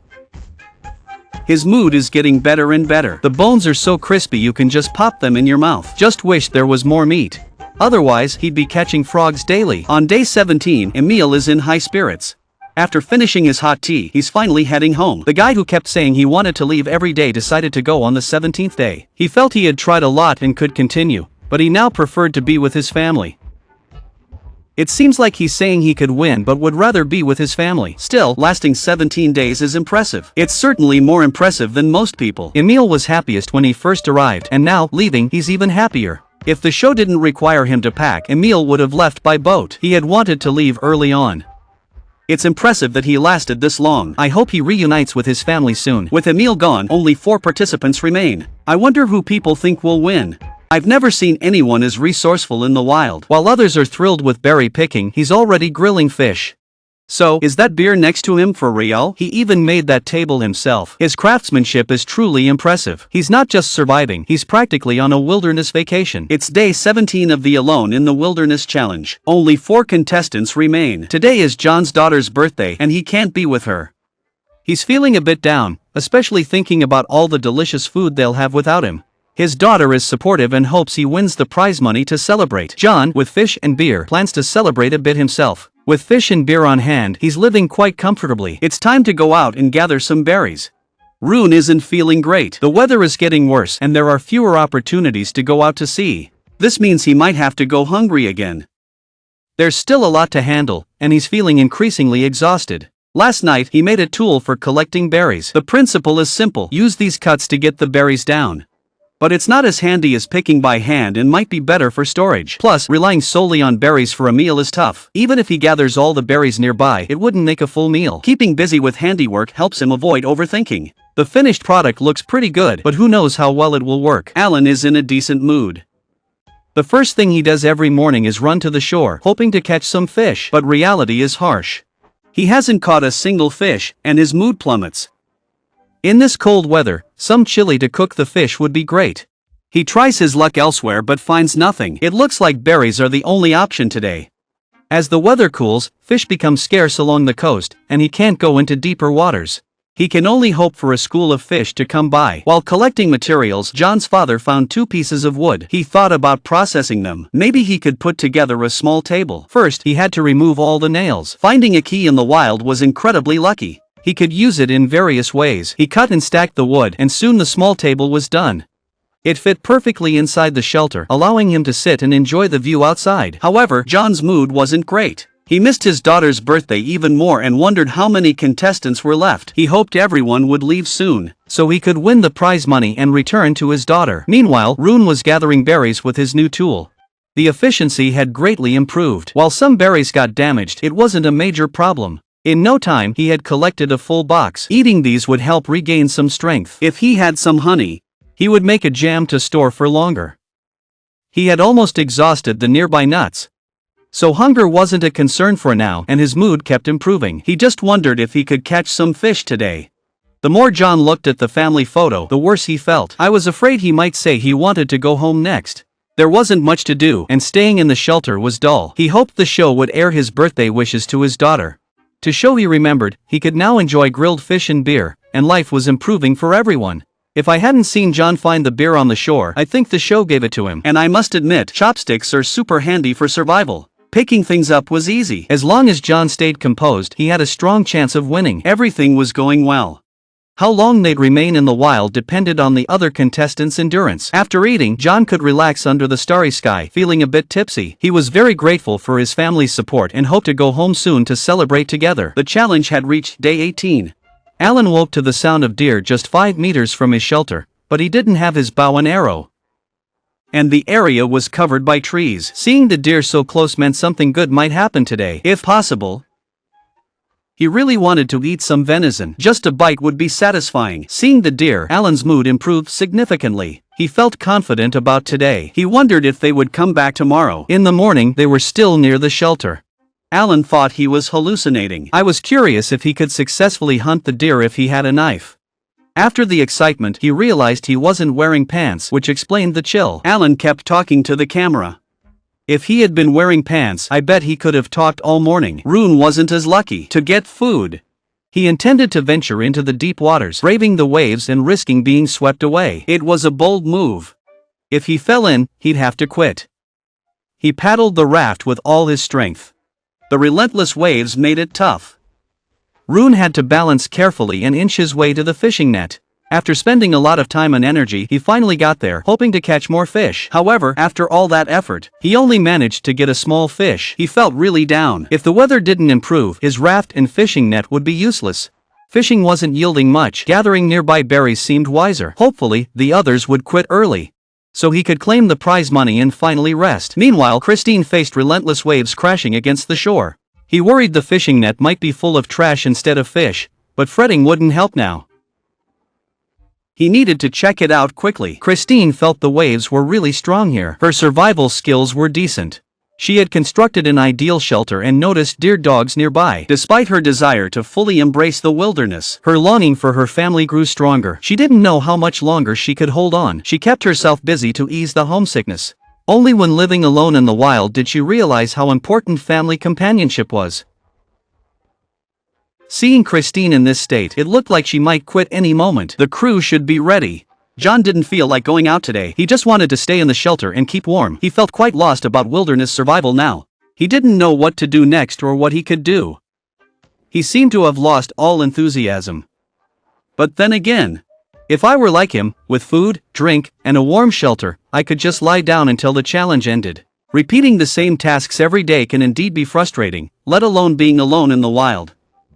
Anyway, food still needed to be stocked up. Let's see what he caught today. John wasn't picky about the fishing net, just set it up randomly.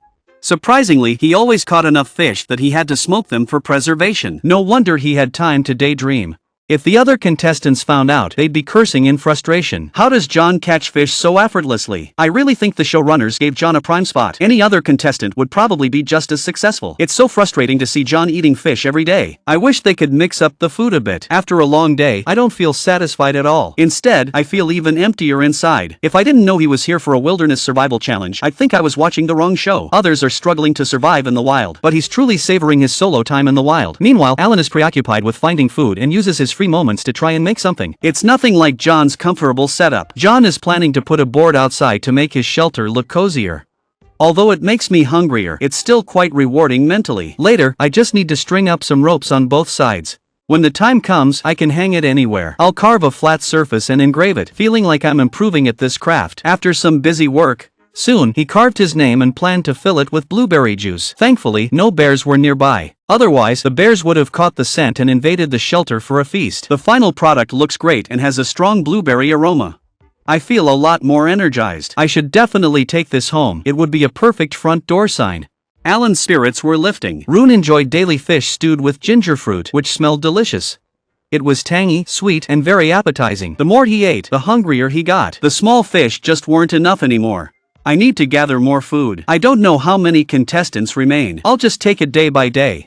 Jiangjing likely won't last long. I want to test my limits. Each day, I'm either checking or setting up fish nets. Setting up fish nets and gathering ginger fruits when there are no fish. Life on the 3.1 line is very monotonous. Talking to the camera every day is his only way to vent his emotions, aiming to stay here for a month. When he returns, he can boast about it. Hopefully, the weather will get better, making it easier to check the fishing nets. Christine's mental state is really poor. The fishing nets are likely tangled with branches and debris. I wonder if that will impact the fish catch.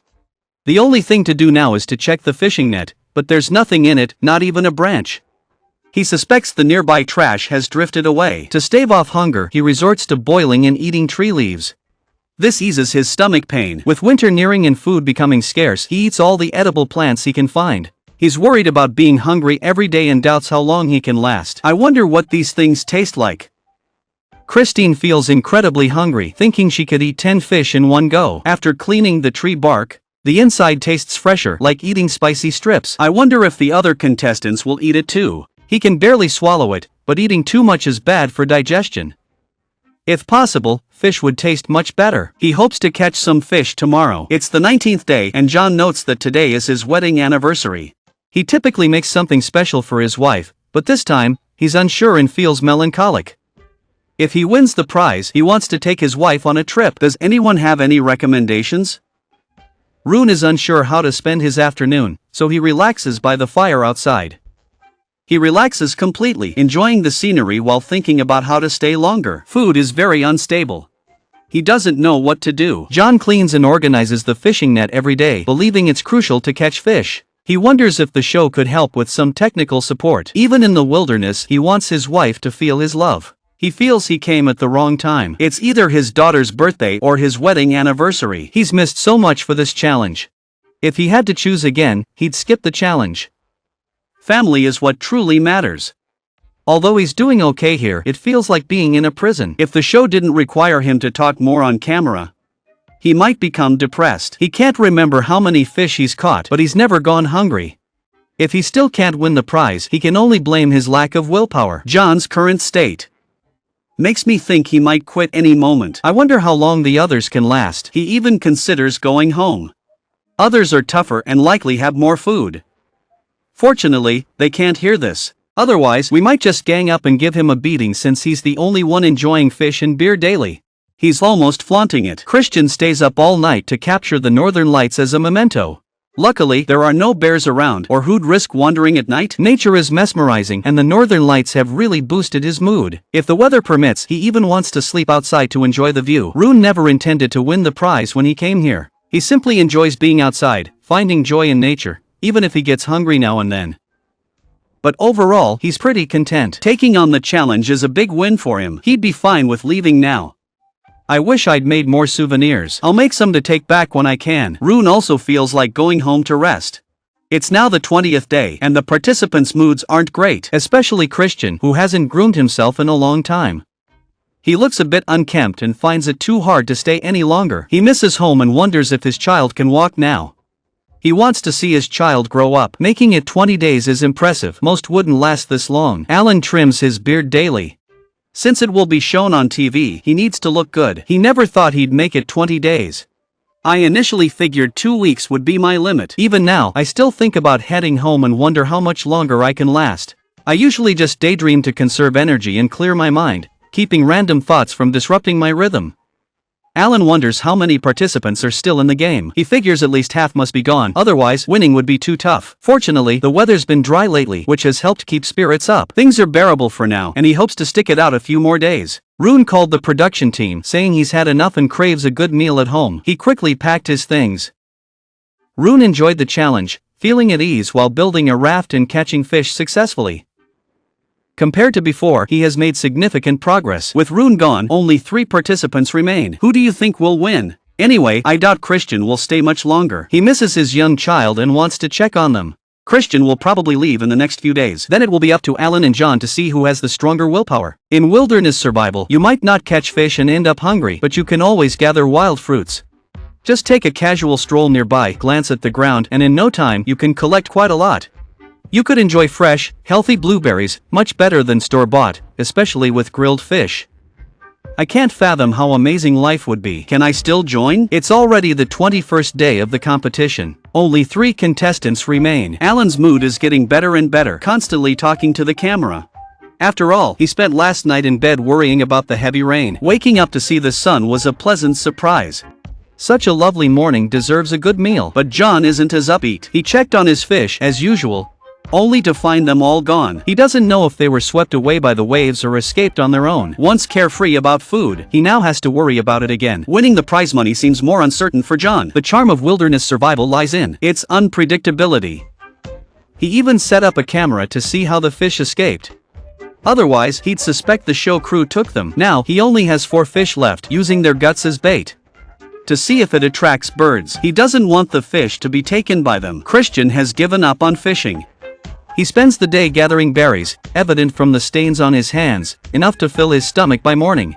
He really enjoys the wilderness lifestyle. Once he has food, he still needs to gather firewood. It's a busy day, leaving no time or energy to make a fishing net. Since he's always empty-handed, he might as well do something useful to live better. But his energy is depleting fast. Hauling firewood leaves him winded. He can't risk overexertion, fearing he might faint. He used to catch some fish, but it was never enough to meet his body's needs. Gathering firewood now takes longer. He's already collected everything from the beach, and if he doesn't want to relocate later, he might as well burn the shelter. It would simplify packing to go home. Christian feels this is sufficient. He's getting ready to light a fire outside, rest, and enjoy the starry sky. These contestants sure know how to savor life. John has completely given up. Even though there's hardly any food left, he has no desire to go out and find more. Right now, Alan is the most active. He's always looking for things to do, as if he has endless energy. He smiles at the camera, but you remember he's alone in the wild, talking and laughing to himself daily. It does seem like he's a bit out of it mentally, but his attitude is good. The real issue is the severe lack of food. Alan is unsure how much longer he can last. His stomach is always growling, and he never feels full, no matter how much he eats. He just hopes the others will quit soon so he can go home and have a good meal. He feels this week is the toughest. The combined homesickness and physical strain would break anyone with less willpower. He's really struggling too. He lightens the mood to cope. Food is scarcer, and he still needs firewood to keep his shelter comfortable. Being out here alone makes him incredibly homesick. Every morning, he asks himself what's the point of staying. His body is sending warning signals, urging him to leave and rest, but Alan wants to challenge himself. He wants to see if he can last the month. He never thought he'd win the prize, he just wanted to test his survival skills. So far, he's doing pretty well. He can manage his shelter and food, but he's unsure how much longer his body can hold up. He feels dizzy even when walking. John found a piece of bark that, with some effort, could become a bowl. It would be perfect for holding blueberries. People might wonder why survival contestants like to make things themselves. When you're out here alone, you need to keep busy to avoid going stir crazy. Right now, only blueberries can soothe his stomach. John may have given up, but his quality of life hasn't dropped. He can't even hear the wind anymore. It seems like everything is silent, making him even less motivated to go out. But he still has to check the fish nets. Fish is really important. Christian has already set up a fire outside and sits there, lost in thought. With nothing else to do, he carves marks on a stick to count the days he's been here. It'll be a keepsake to take home. Living here has made him realize how hard it is to live alone. There's no one to talk to. I can only talk to the camera, and it feels like I'm just talking to myself. If I stayed here a year, I think I'd definitely go crazy. I don't know how others manage. I'm already satisfied with lasting a month. Christian's carved fishbone pattern is a testament to catching fish, reminding me to keep fishing. My stomach couldn't take it anymore. Alan also made something to record the days, clearly marking when he arrived. This not only reminds him of how many days have passed, but also motivates him to keep going. If he can fill it all in, he might last 3 months. He tries to keep his spirits up to ease the homesickness a bit. If there was enough food to eat, he'd be much happier. Alan starts to miss his old life again. Not that every meal was a feast, but at least there was meat every day. Now, he feels like he could eat a whole cow. Many people ask what he'd do with the money if he won. He hasn't thought that far, but he'd definitely renovate his house. He'd take his wife on a trip and save the rest for the kids' education. Before arriving, he was confident about winning. But it's been 21 days, and the show hasn't announced anything. There must be many contestants left. Physically, he can't outlast others. But his mental state is a bit better. Alan thinks he's very strong and smart, not giving up despite unexpected difficulties. Since that fish escaped, John has been torn about going home. His mood turned really bad. He wishes he could go back and slap himself. Why did he think it was a good idea to come here? Wasn't it nice to stay home and eat? Recently, he was just a bit lucky having food and drink to last this long. As the weather gets colder, it's harder to catch a lot of fish. He doesn't know how the other contestants are doing, but he can't be much worse off. The problem is he really wants to go home. Late into the night, Alan stays in the shelter. With nothing to do, he starts overthinking. John isn't much better off, feeling like he could quit at any moment. He barely made it to the 22nd day. At dawn, Alan heads to the shore for some fresh air, not rushing to check the fishing nets just yet.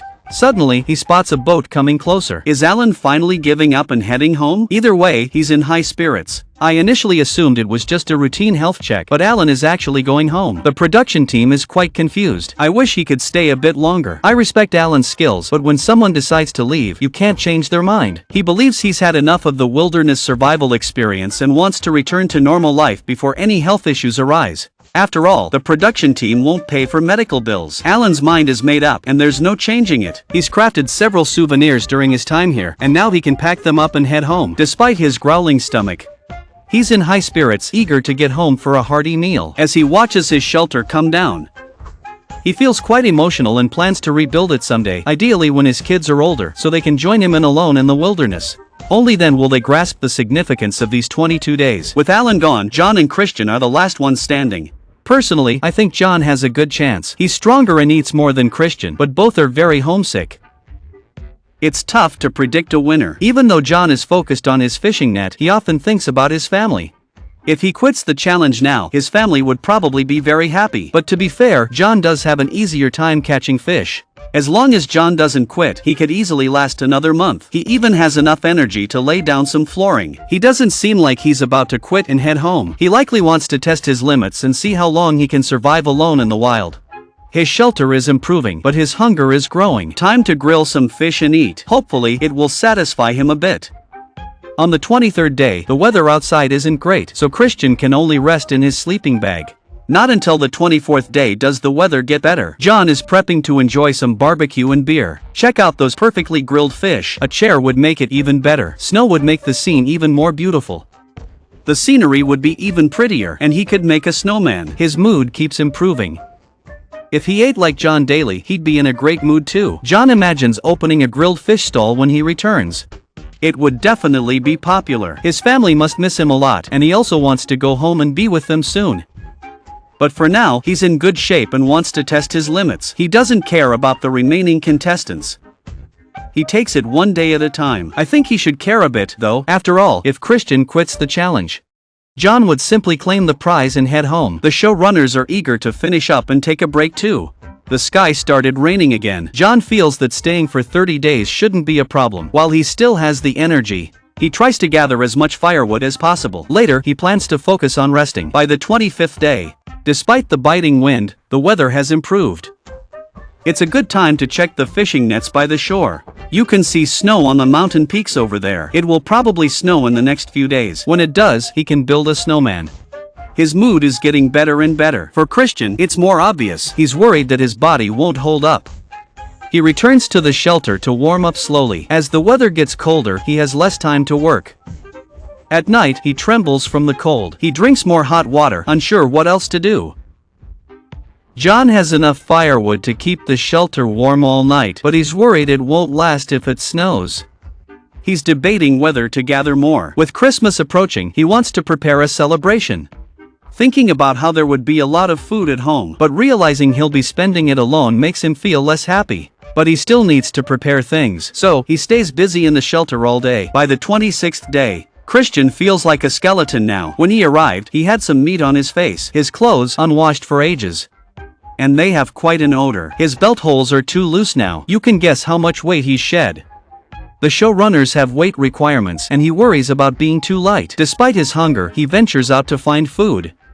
He only finds animal droppings and empty nut shells, which he uses as fire fuel. John has already made a wooden sign to celebrate surviving 30 days. Time flies, it's already the 27th day. John's health improves daily since he stays active. He's also wondering how many contestants remain. If it's down to 2 people and he quits on the 30th day, the other person wins. He knows he'd really regret leaving like that. John figures it would be his misfortune. Regardless, he is set on leaving on the 30th day. That's just his stubborn nature. He misses his family more than he likes the wilderness. Winning won't change their love for each other. Seeing John's current state, I think Kristen might have a chance now. But Kristen doesn't know any of this. He's still trying to find mistakes, but climbing up the mountain is exhausting. The wind at the top instantly wakes you up. From the top, his shelter is clearly visible. He should be searching for food, but it feels more like a hike. The rain mixed with snow is really uncomfortable. The wind at the top makes it worse. But Kristen is in high spirits. John senses more rain is coming. Staying in the shelter isn't ideal, but he still likes walking outside.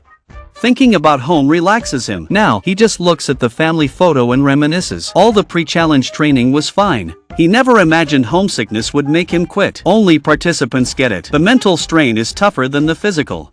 Suddenly, he senses something outside. It starts snowing, which makes John much happier. He's decided to go home and just wants to enjoy the snow. It's day 28, and John has 2 days left before he can leave. He's packed and ready, just waiting for the crew. But outside, the weather feels nice. He has a great chance of winning. Is it really necessary to quit on the 30th day? John was quite conflicted about this. What a guy. The more carefree he seemed before, the more miserable he feels now. Kristen glances at the snow outside, feeling down. Everywhere he goes in the wild is freezing, and the fishing nets are solid ice. He didn't expect to catch any fish. Surprisingly, he finds big fish despite the weather, enough to last a few more days. Comparing the two, he really has a chance to win the prize. Who do you think will last until the end? Let's wait and see. How should you handle a wilderness survival challenge? Eating maggots isn't the answer. You can practically smell the stench through the screen. I'd hate to deal with that, especially almost torching my shelter like Kaotiao. I felt like I smelled like cooked meat. The worst part was burning a hole in my socks. No wonder my feet felt so cold. Everyone should learn how this man lives. Even in the wild, you should build a sauna and enjoy a cold beer. That's living the good life. If it were you, you'd probably just lie on the ground with an empty stomach. By the 30th day of the challenge, John had said he would quit today. But he thought quitting would be a waste, so he chose to keep going until he physically couldn't. He even made a gadget to track his progress. I just want to say, men's words can be deceiving. John's mental state is really good, otherwise he wouldn't have lasted this long. We're unsure how many contestants remain, but John's main challenge is himself. He's focused on gathering more food, pushing the limits of wilderness survival. Christian, on the other hand, is clearly struggling. His face is so gaunt it's sunken in. No matter how much he eats, he still feels exhausted. The wind is getting stronger, and he needs to reinforce his shelter. He dreads waking up to find the roof blown away, so he decides to secure it with rope, the easiest and best solution for now. It looks more like he's packing up to go home. Theoretically, as long as it's not a typhoon, this should hold up. John not only wants to catch fish, but also seeks green juice for nutrition. Though he's unsure what's edible, he just crams any green stuff into his mouth to try. From his face, it's clear it doesn't taste good. He figures fish is better since he can at least swallow it. Who knows what the aftertaste of those green branches is like? Man, is he determined to eat this grass? John doesn't recognize most of the plants. He's just trying them based on instinct. I'm really worried he might poison himself. I think it's more practical to find a river. Or try digging up tree roots, they seem safer. If he avoids diarrhea tonight, he can gather more to try tomorrow. By the 31st day, Christian felt he was suffering too much. His body felt like it was being squeezed every day. His longing for his family grew stronger. He really wanted to go back and be with them. The only reason he came here was to test his limits.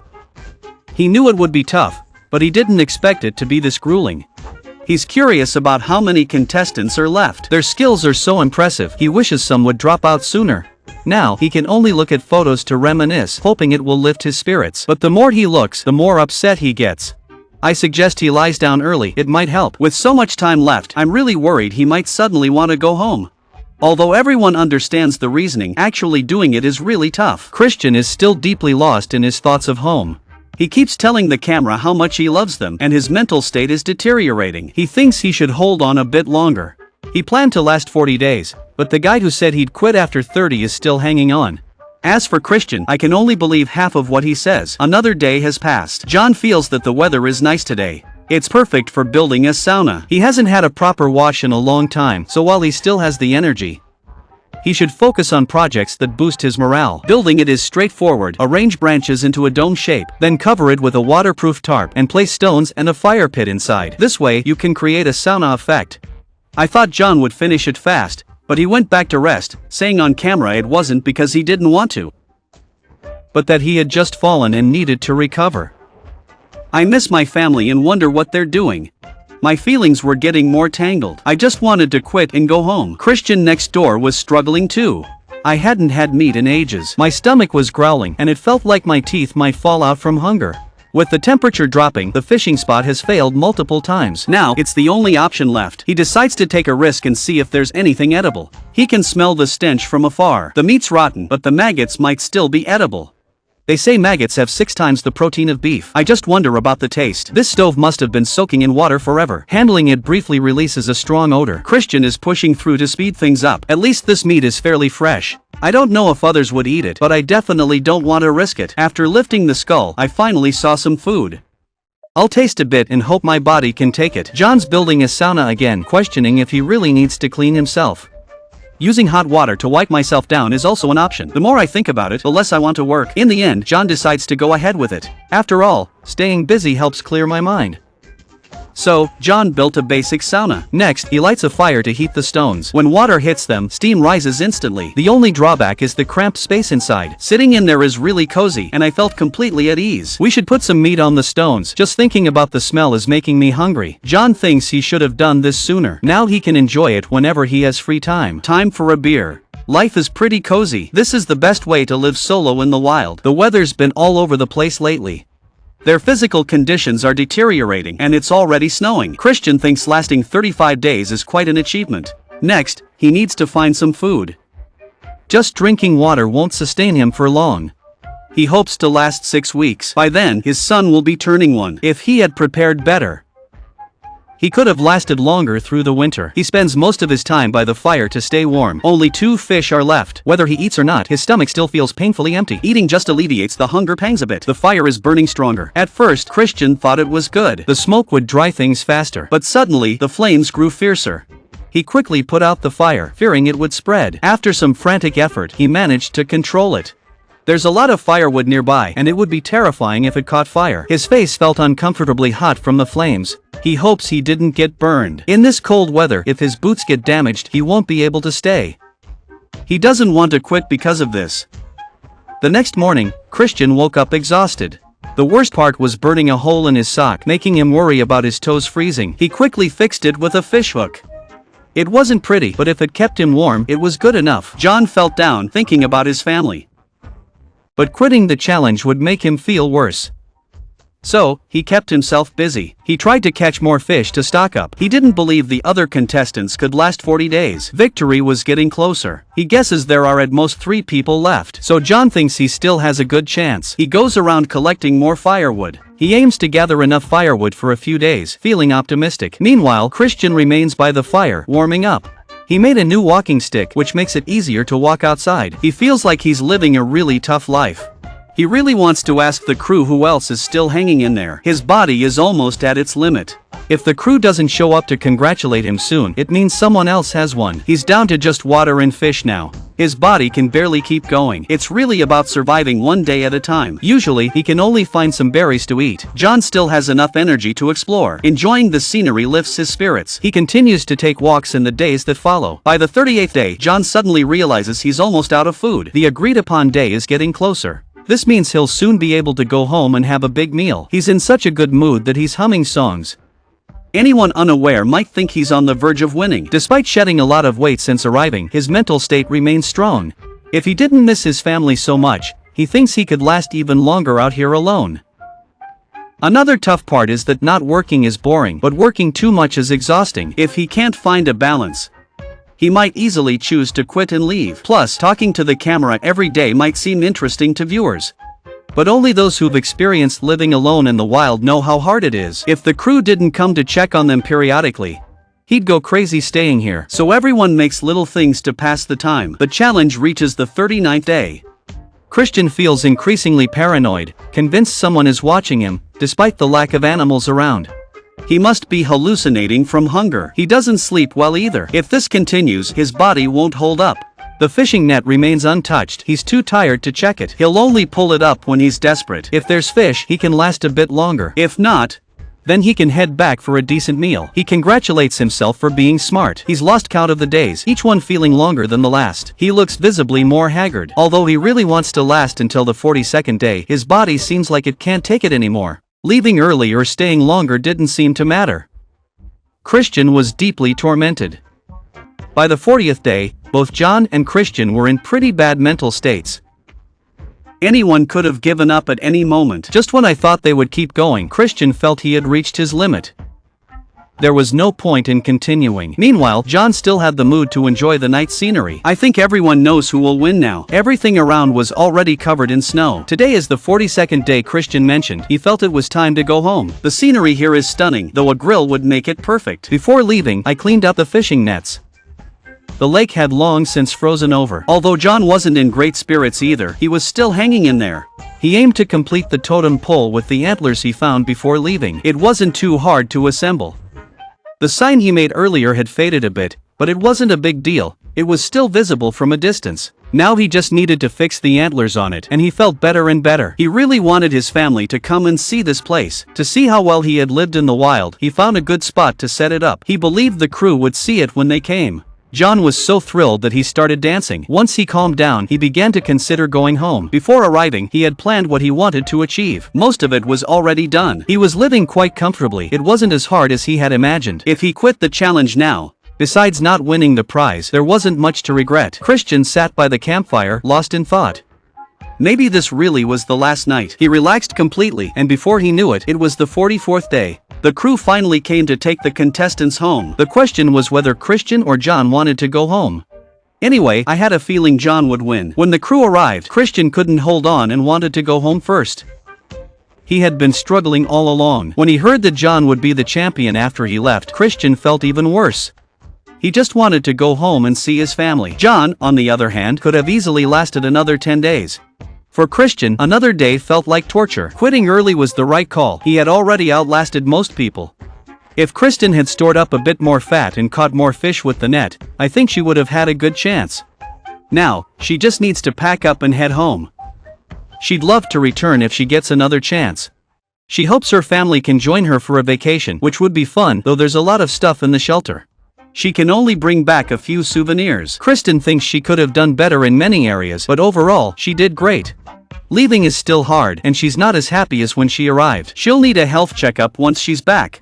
Hopefully, her hospital stay will be brief. Meanwhile, let's congratulate John on his win. Good thing he didn't quit early. Otherwise, he wouldn't have made it this far. The crew pretended to come for a health check. John feels he's in great shape right now. He had no idea his family was coming. He asked the doctor how many contestants were left and how much longer he could last. The doctor said, "I'm sorry, you have to go home. You can't stay here any longer, even if you feel fine." Just as John was about to ask what was going on, his wife and daughter suddenly appeared behind him. John instantly understood. Only the winner gets to see their family here. Thankfully, he didn't quit early. He was so thrilled he was speechless. He feared it might all be a dream. They hugged for what felt like ages before he finally calmed down. He had become Denmark's first champion of Alone in the Wild. It was truly unbelievable. He missed everyone every day, looking at their photos. He had missed out on a lot for this challenge. Fortunately, his daughter appreciated the gift. He intends to spend quality time with his family upon returning. If asked to join again, he would absolutely decline. He has no desire to endure this ordeal again. Once was plenty. Besides missing his family, John didn't seem to have any other issues. If the other contestants hadn't quit, I think he could have kept going. John's win this time was well deserved. I wonder who will participate in the future. Let's wait and see together.